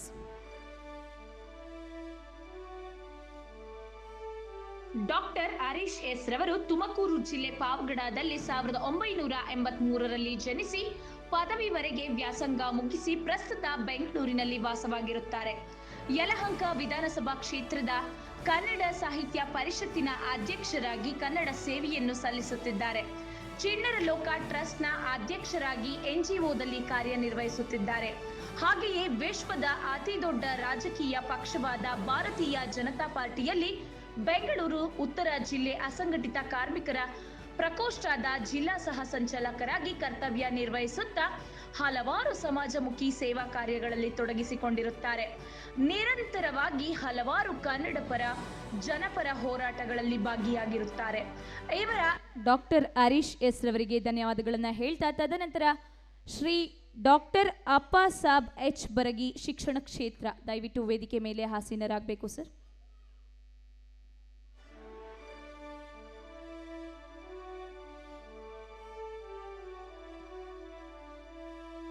Doctor AH Baragi ಮುದೋಳಾದ ಶ್ರೀ ಹನುಮಂತ ಬರಗಿರವರ ಸುಪುತ್ರರಾದ ಅಪ್ಪ ಸಾಬ್ ಬರಗಿರವರು RMG ಪದವಿ ಪೂರ್ವ ಮಹಾವಿದ್ಯಾಲಯದಲ್ಲಿ ಸಹ ಶಿಕ್ಷಕರಾಗಿ, ಉಪನ್ಯಾಸಕರಾಗಿ 30 ವರ್ಷಗಳ ಸುದೀರ್ಘ ಸೇವೆ ಸಲ್ಲಿಸಿರುತ್ತಾರೆ. ಶಿಕ್ಷಕ ವೃತ್ತಿಯೊಂದಿಗೆ ಮಕ್ಕಳ ಸರ್ವಾಂಗೀಣ ಬೆಳವಣಿಗೆಗಾಗಿ ಶ್ರಮಿಸುತ್ತಿದ್ದು, ಕ್ರೀಡಾ ಚಟುವಟಿಕೆಗಳಲ್ಲಿ, ಸಾಹಿತ್ಯ ಚಟುವಟಿಕೆಗಳಲ್ಲಿ ಭಾಗಿಯಾಗಿರುತ್ತಾರೆ. ಶ್ರೀಯುತರ ಶಿಕ್ಷಣ ಸೇವೆಗಾಗಿ ಪ್ರೈಡ್ ಆಫ್ ಕರ್ನಾಟಕ ಪ್ರಶಸ್ತಿ ನೀಡಿ ಗೌರವಿಸಲಾಗುತ್ತಿದೆ. ಡಾಕ್ಟರ್ ಎಎಚ್ ಬರಗೀರವರಿಗೆ ಧನ್ಯವಾದಗಳನ್ನು ಹೇಳ್ತಾ, ಶ್ರೀ ಸತೀಶ್ TR, ದಯವಿಟ್ಟು ವೇದಿಕೆ ಮೇಲೆ ಹಾಸೀನರಾಗಬೇಕು. ಶ್ರೀ ಸತೀಶ್ TR, ಸಮಾಜ ಸೇವಕರು.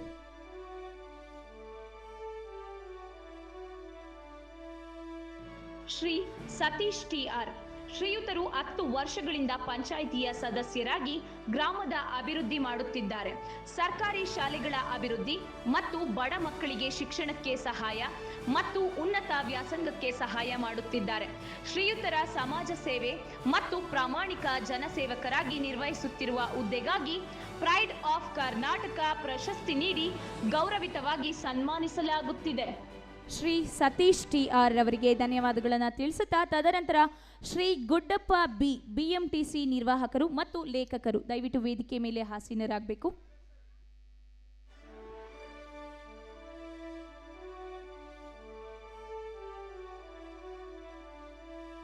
ಶ್ರೀ ಗುಡ್ಡಪ್ಪ ರವರು ವಿಜಯನಗರ ಜಿಲ್ಲೆಯ ಕೊಟ್ಟೂರು ತಾಲೂಕಿನ ಉಜ್ಜಯಿನಿ ಗ್ರಾಮದ ಶ್ರೀ ಗುರುವಪ್ಪ ಮತ್ತು ಶ್ರೀಮತಿ ಮಲ್ಲಮ್ಮರವರ ಸುಪುತ್ರರಾಗಿ ಜನಿಸಿ ಡಿಪೆಡ್ ಮತ್ತು BA ವ್ಯಾಸಂಗ ಮುಗಿಸಿ BMTC ಸಾರಿಗೆ ಸಂಸ್ಥೆಯಲ್ಲಿ ನಿರ್ವಾಹಕರಾಗಿ ಬೆಂಗಳೂರಿನ ಶಾಂತಿನಗರದಲ್ಲಿ ಕಾರ್ಯನಿರ್ವಹಿಸುತ್ತಿದ್ದಾರೆ. ಹಲವಾರು ಚುಟುಕು ಕವನ ಸಂಕಲನವನ್ನು ರಚಿಸಿ ಸಾಹಿತ್ಯ ಲೋಕಕ್ಕೆ ಅಪಾರ ಕೊಡುಗೆ ನೀಡುತ್ತಿದ್ದಾರೆ. ಶ್ರೀಯುತರ ಬರವಣಿಗೆ, ಸಾಹಿತ್ಯ ಮತ್ತು ಸಾಹಿತ್ಯಾಭಿರುಚಿಗಾಗಿ ಪ್ರೈಡ್ ಆಫ್ ಕರ್ನಾಟಕ ಪ್ರಶಸ್ತಿ ನೀಡಿ ಸನ್ಮಾನಿಸಲಾಗುತ್ತಿದೆ. ಶ್ರೀ ಗುಡ್ಡಪ್ಪ ರವರಿಗೆ ಧನ್ಯವಾದಗಳನ್ನು ತಿಳಿಸುತ್ತಾ ತದನಂತರ ಶ್ರೀ OV ಸತೀಶ್ ರವರು ವೇದಿಕೆ ಮೇಲೆ ಆಸೀನರಾಗಬೇಕು. ಶ್ರೀ OV ಸತೀಶ್ ರವರು.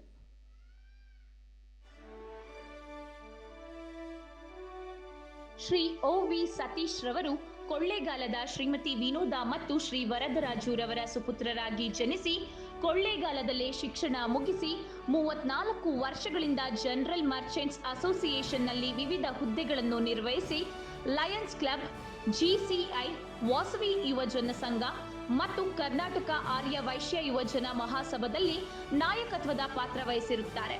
40 ವರ್ಷಗಳ ಹಿಂದೆ ಶ್ರೀ ವರಸಿದ್ಧಿ ವಿನಾಯಕ ದೇವಸ್ಥಾನ ಕಟ್ಟಿಸಿರುವುದು, ಅಲ್ಲು ನೋವಿನ ನಿವಾರಣೆಗೆ ಉಚಿತವಾಗಿ ಔಷಧಿ ನೀಡುವುದು, ಕಾಮಧೇನು ಎಜುಕೇಷನ್ ಟ್ರಸ್ಟ್ ಮೂಲಕ 7 ಸರ್ಕಾರಿ ಶಾಲೆಗಳನ್ನು ದತ್ತು ಪಡೆದು ನಡೆಸುತ್ತಿದ್ದಾರೆ. ಇವರ ಸಮಾಜ ಸೇವೆಗಾಗಿ ಪ್ರೈಡ್ ಆಫ್ ಕರ್ನಾಟಕ ಪ್ರಶಸ್ತಿ ನೀಡಿ ಗೌರವಿಸಲಾಗುತ್ತಿದೆ. ಶ್ರೀ OV ಸತೀಶ್ ರವರಿಗೆ ಧನ್ಯವಾದಗಳನ್ನು ತಿಳಿಸುತ್ತಾ ಮುಂದಿನ ಕಾರ್ಯಕ್ರಮ ಸನ್ಮಾನ ಕಾರ್ಯಕ್ರಮ. ಸನ್ಮಾನ್ಯ ಡಾಕ್ಟರ್ ಪದ್ಮ ಪ್ರಕಾಶ್ ಮಕ್ಕಳ ತಜ್ಞರು ಹಾಗೂ ನವಜಾತ ಶಿಶು ತಜ್ಞರಿಗೆ ದಯವಿಟ್ಟು ನಮ್ಮ ಪುಟ್ಟ ಸನ್ಮಾನವನ್ನು ಸ್ವೀಕರಿಸಬೇಕು ಮೇಡಮ್.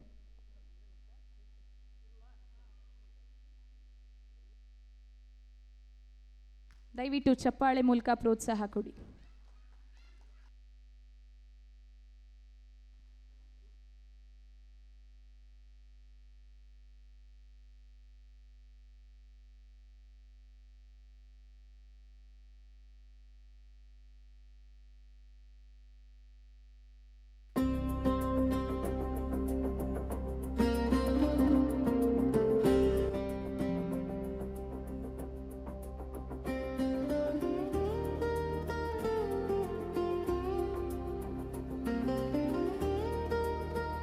ಸನ್ಮಾನ್ಯ ಡಾಕ್ಟರ್ ಪದ್ಮ ಪ್ರಕಾಶ್ ಮೇಡಮ್ ರವರಿಗೆ ಧನ್ಯವಾದಗಳನ್ನು ತಿಳಿಸುತ್ತಾ ತದನಂತರ ಸನ್ಮಾನ್ಯ ಶ್ರೀ ಚೇತನ್ ಅಹಿಂಸಾ ಚಲನಚಿತ್ರ ನಟರು ಹಾಗೂ ಸಾಮಾಜಿಕ ಹೋರಾಟಗಾರರು ದಯವಿಟ್ಟು ಜೋರಾದ ಚಪ್ಪಾಳೆ ಮೂಲಕ ನಮ್ಮ ಚಿತ್ರನಟರಿಗೆ ಪ್ರೋತ್ಸಾಹವನ್ನು ಕೊಡಬೇಕು. ಹೀಗೆ ಇವರ ಹೋರಾಟ ಮುಂದುವರಿಲಿ ಅಂತ ಹೇಳ್ತಾ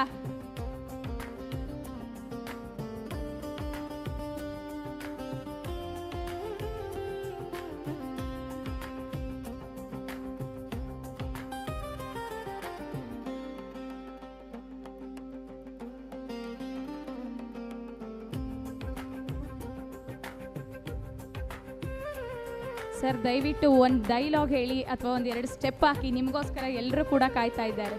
ದಯವಿಟ್ಟು ಒಂದು ಡೈಲಾಗ್ ಅಥವಾ 2 ಸ್ಟೆಪ್.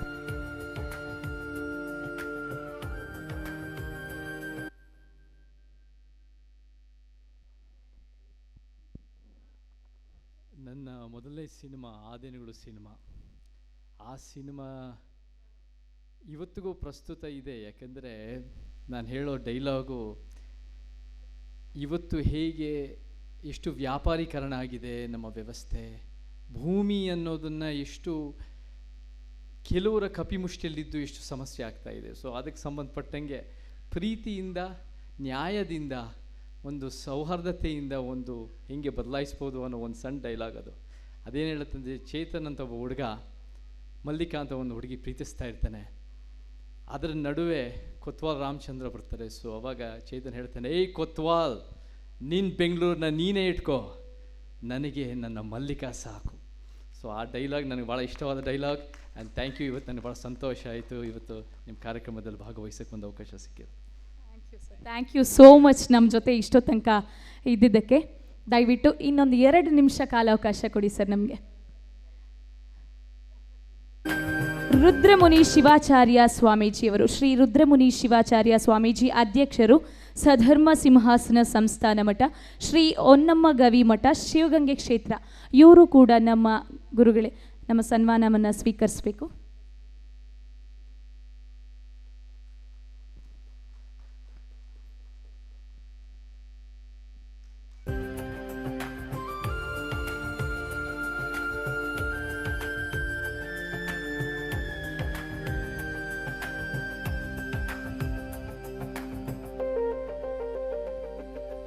ಎಲ್ಲರಿಗೂ ಕೂಡ ತುಂಬು ಹೃದಯ ಧನ್ಯವಾದಗಳನ್ನು ಹೇಳ್ತಾ ವಂದನಾರ್ಪಣೆ ಕಾರ್ಯಕ್ರಮ ಇದೆ.